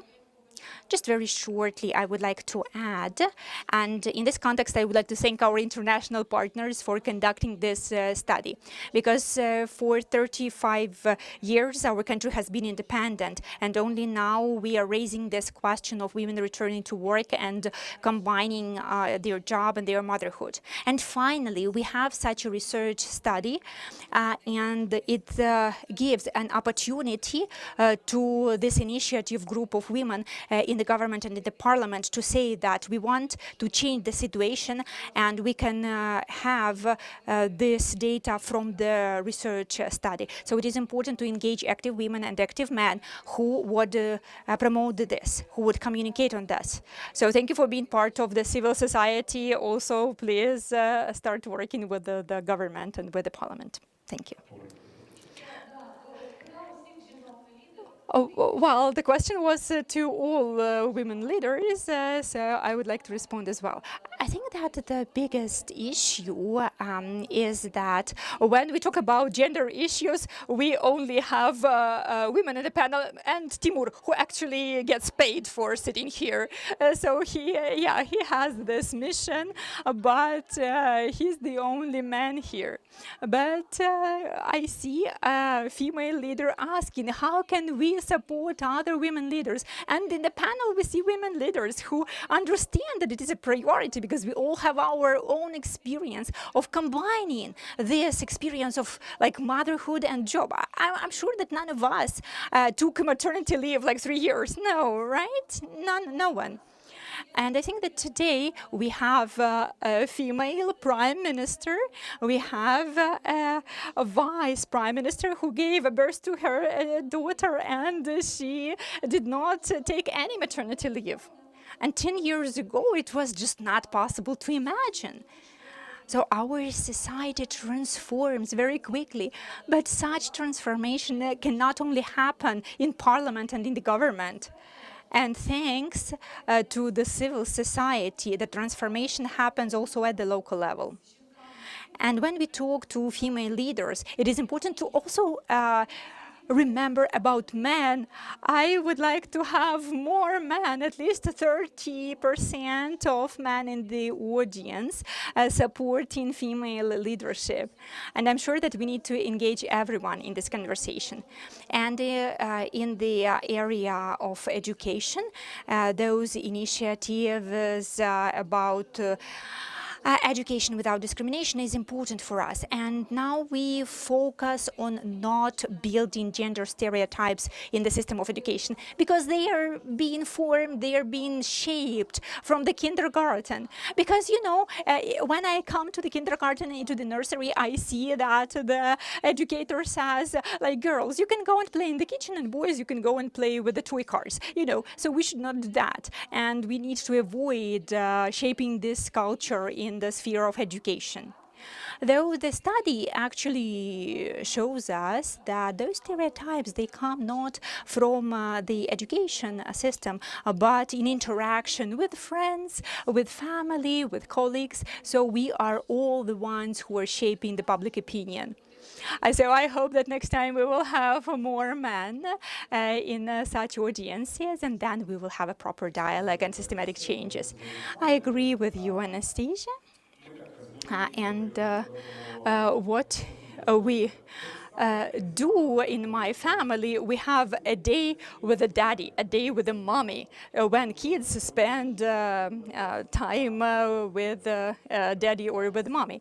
And we are a public family, you know, and we have an elder son. He came to my workplace with me, so we had a studio. It was a live program, and I was talking there. I thought he would just stay there quietly, but he actually started playing, and people could see him on camera. And the managers of this TV program, they're quite modern. They actually demonstrated this video in all social media, that it is normal when you have a kid at work. And there were two waves of comments. The first one is people were excited, like saying, wow, that's so awesome. And the second wave of comments was that, oh my God, what are you doing? How could you? And those two waves, they were like equally strong, I would say. So it was like those two worlds clashing. Like the one world said that it is great. Timur showed that he can take a child at work, and he can just be there. His son can be there. He does not disturb anyone. But someone in the second wave said that it's not a good idea. And those haters, they just started making all these negative comments. So we still have this struggle, kind of this clash, but well, maybe it's not relevant to our study, but I just wanted to share.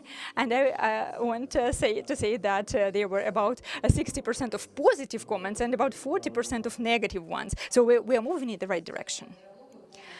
And continuing the topic of the importance of dialogue, we still have 5 minutes for questions and answers. So if you have any questions or comments, please let us know. We have a person with a mic in the audience. And we have Alexander with us, who presented the results of the study. So you can also ask questions to him. Something, considering that many of us are women here, and we're talking about the norms, we're talking about equality, we're talking about also equality in caregiving, also childcare. I think a lot of equality and gender equality, Sabine will agree here with me, is not an isolated thing. It has to, as a building block of numerous other issues that have to go with it. And I'm telling you one thing, that what we need to do as mothers is to raise our children equally. Because gender equality starts at home. You raise your children to understand that there is no such thing as a girl's job and a boy's job. And if they are raised like that, then the lives of women who decide to go to work after 4 months of maternity leave or 3 months of maternity leave or no maternity leave will be much easier, because they will already have the support at home to be able to fight any cultural norms that might be preventing them from doing so. So what we can do without any legislation, without anything, by following our own will of creating equal treatment of our own children at home, raising them to not have any barriers, and then they will be able and empowered to fight any barriers ahead of them in the future. Thank you. Thank you. Я думаю, варто поаплодувати. I think we should give a round of applause to that. And I think that we can probably wrap up and start the informal part of our event, where we can share our stories and discuss the data that we were presented. I think that there are many takeaways for us after this meeting. The first one is understanding that we cannot say that mothers don't want to work. work. I'm sure you did not have this bias. And also, it is important to say that just nurseries and kindergartens are not sufficient. We need to have a broader architecture, which would ensure care for kids under 3, about flexibility of employers, about rural areas, children with disabilities which need to have proper services. And I would like to add that if we only talk about women without men, it is not possible. The system will not change without men. So please, those men who are present here, share with other men, tell them what needs to be changed, and tell them about this practical engagement of men into performing the parental duties. And we can work at different levels, and also, of course, work on legislation, work on ensuring flexible hours and proper benefits and proper opportunities, and the changes of attitude in the society, so that we would change the situation with gender inequality. Yeah, I can jokingly say that the strongest support of men would be not to participate in such discussions, but being with the child at home, so that the mom can be here and participate in the discussion. But also what I want to say is that it is important to understand that access to good quality or child education is something that should be the core of the policy, because it is about the human capital, it is about overcoming poverty, and it is about European integration. And of course, this study does not just diagnose the problem, it also offers kind of a roadmap or an action plan of how we can change the existing programs with different formats of early childhood education and care, like how we can verify what has to be done, how we can ensure that there are properly equipped shelters, so that there are labor laws which meet the international standards and the standards of EU, so that we can make our society inclusive, and so that we can have a budget allocated to support the system, and so that we can overcome the stereotypes, not to think that taking care of children is just for women. And here we want to thank UNICEF, International Labour Organization, our government, our partners, our employers, trade unions, civil society, media, and all those who were part of this meeting today, here face-to-face and also online. So we are wrapping up with our discussion, but the work will continue, and both agencies will continue their work to support the government to address the issues highlighted in the society. And before we start our informal networking, let us watch the final video together. I work as an orthodontist, as a dentist, and my husband as well. So we have 2 kids, and we have total equality. We both work with patients, and also we stay at home with our kids. So we have different shifts, or we alternate on different days.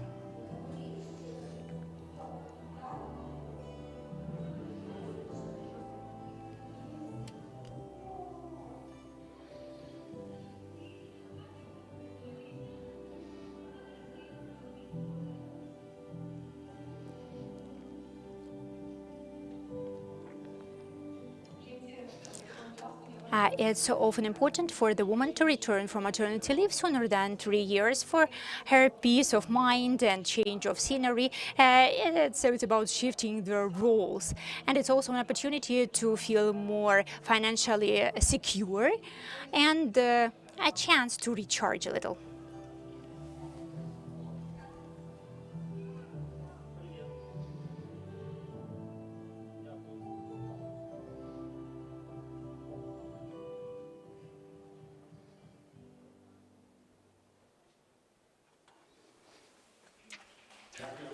Thank you. So ahead of us, we still have a lot of work, and now we're wrapping up with the official part of our event. And I would like to agree with you that all those who are present here and who are decision makers, so let us agree to meet in 1 year, so that we can check if what we discussed led to certain actions and results. Thank you.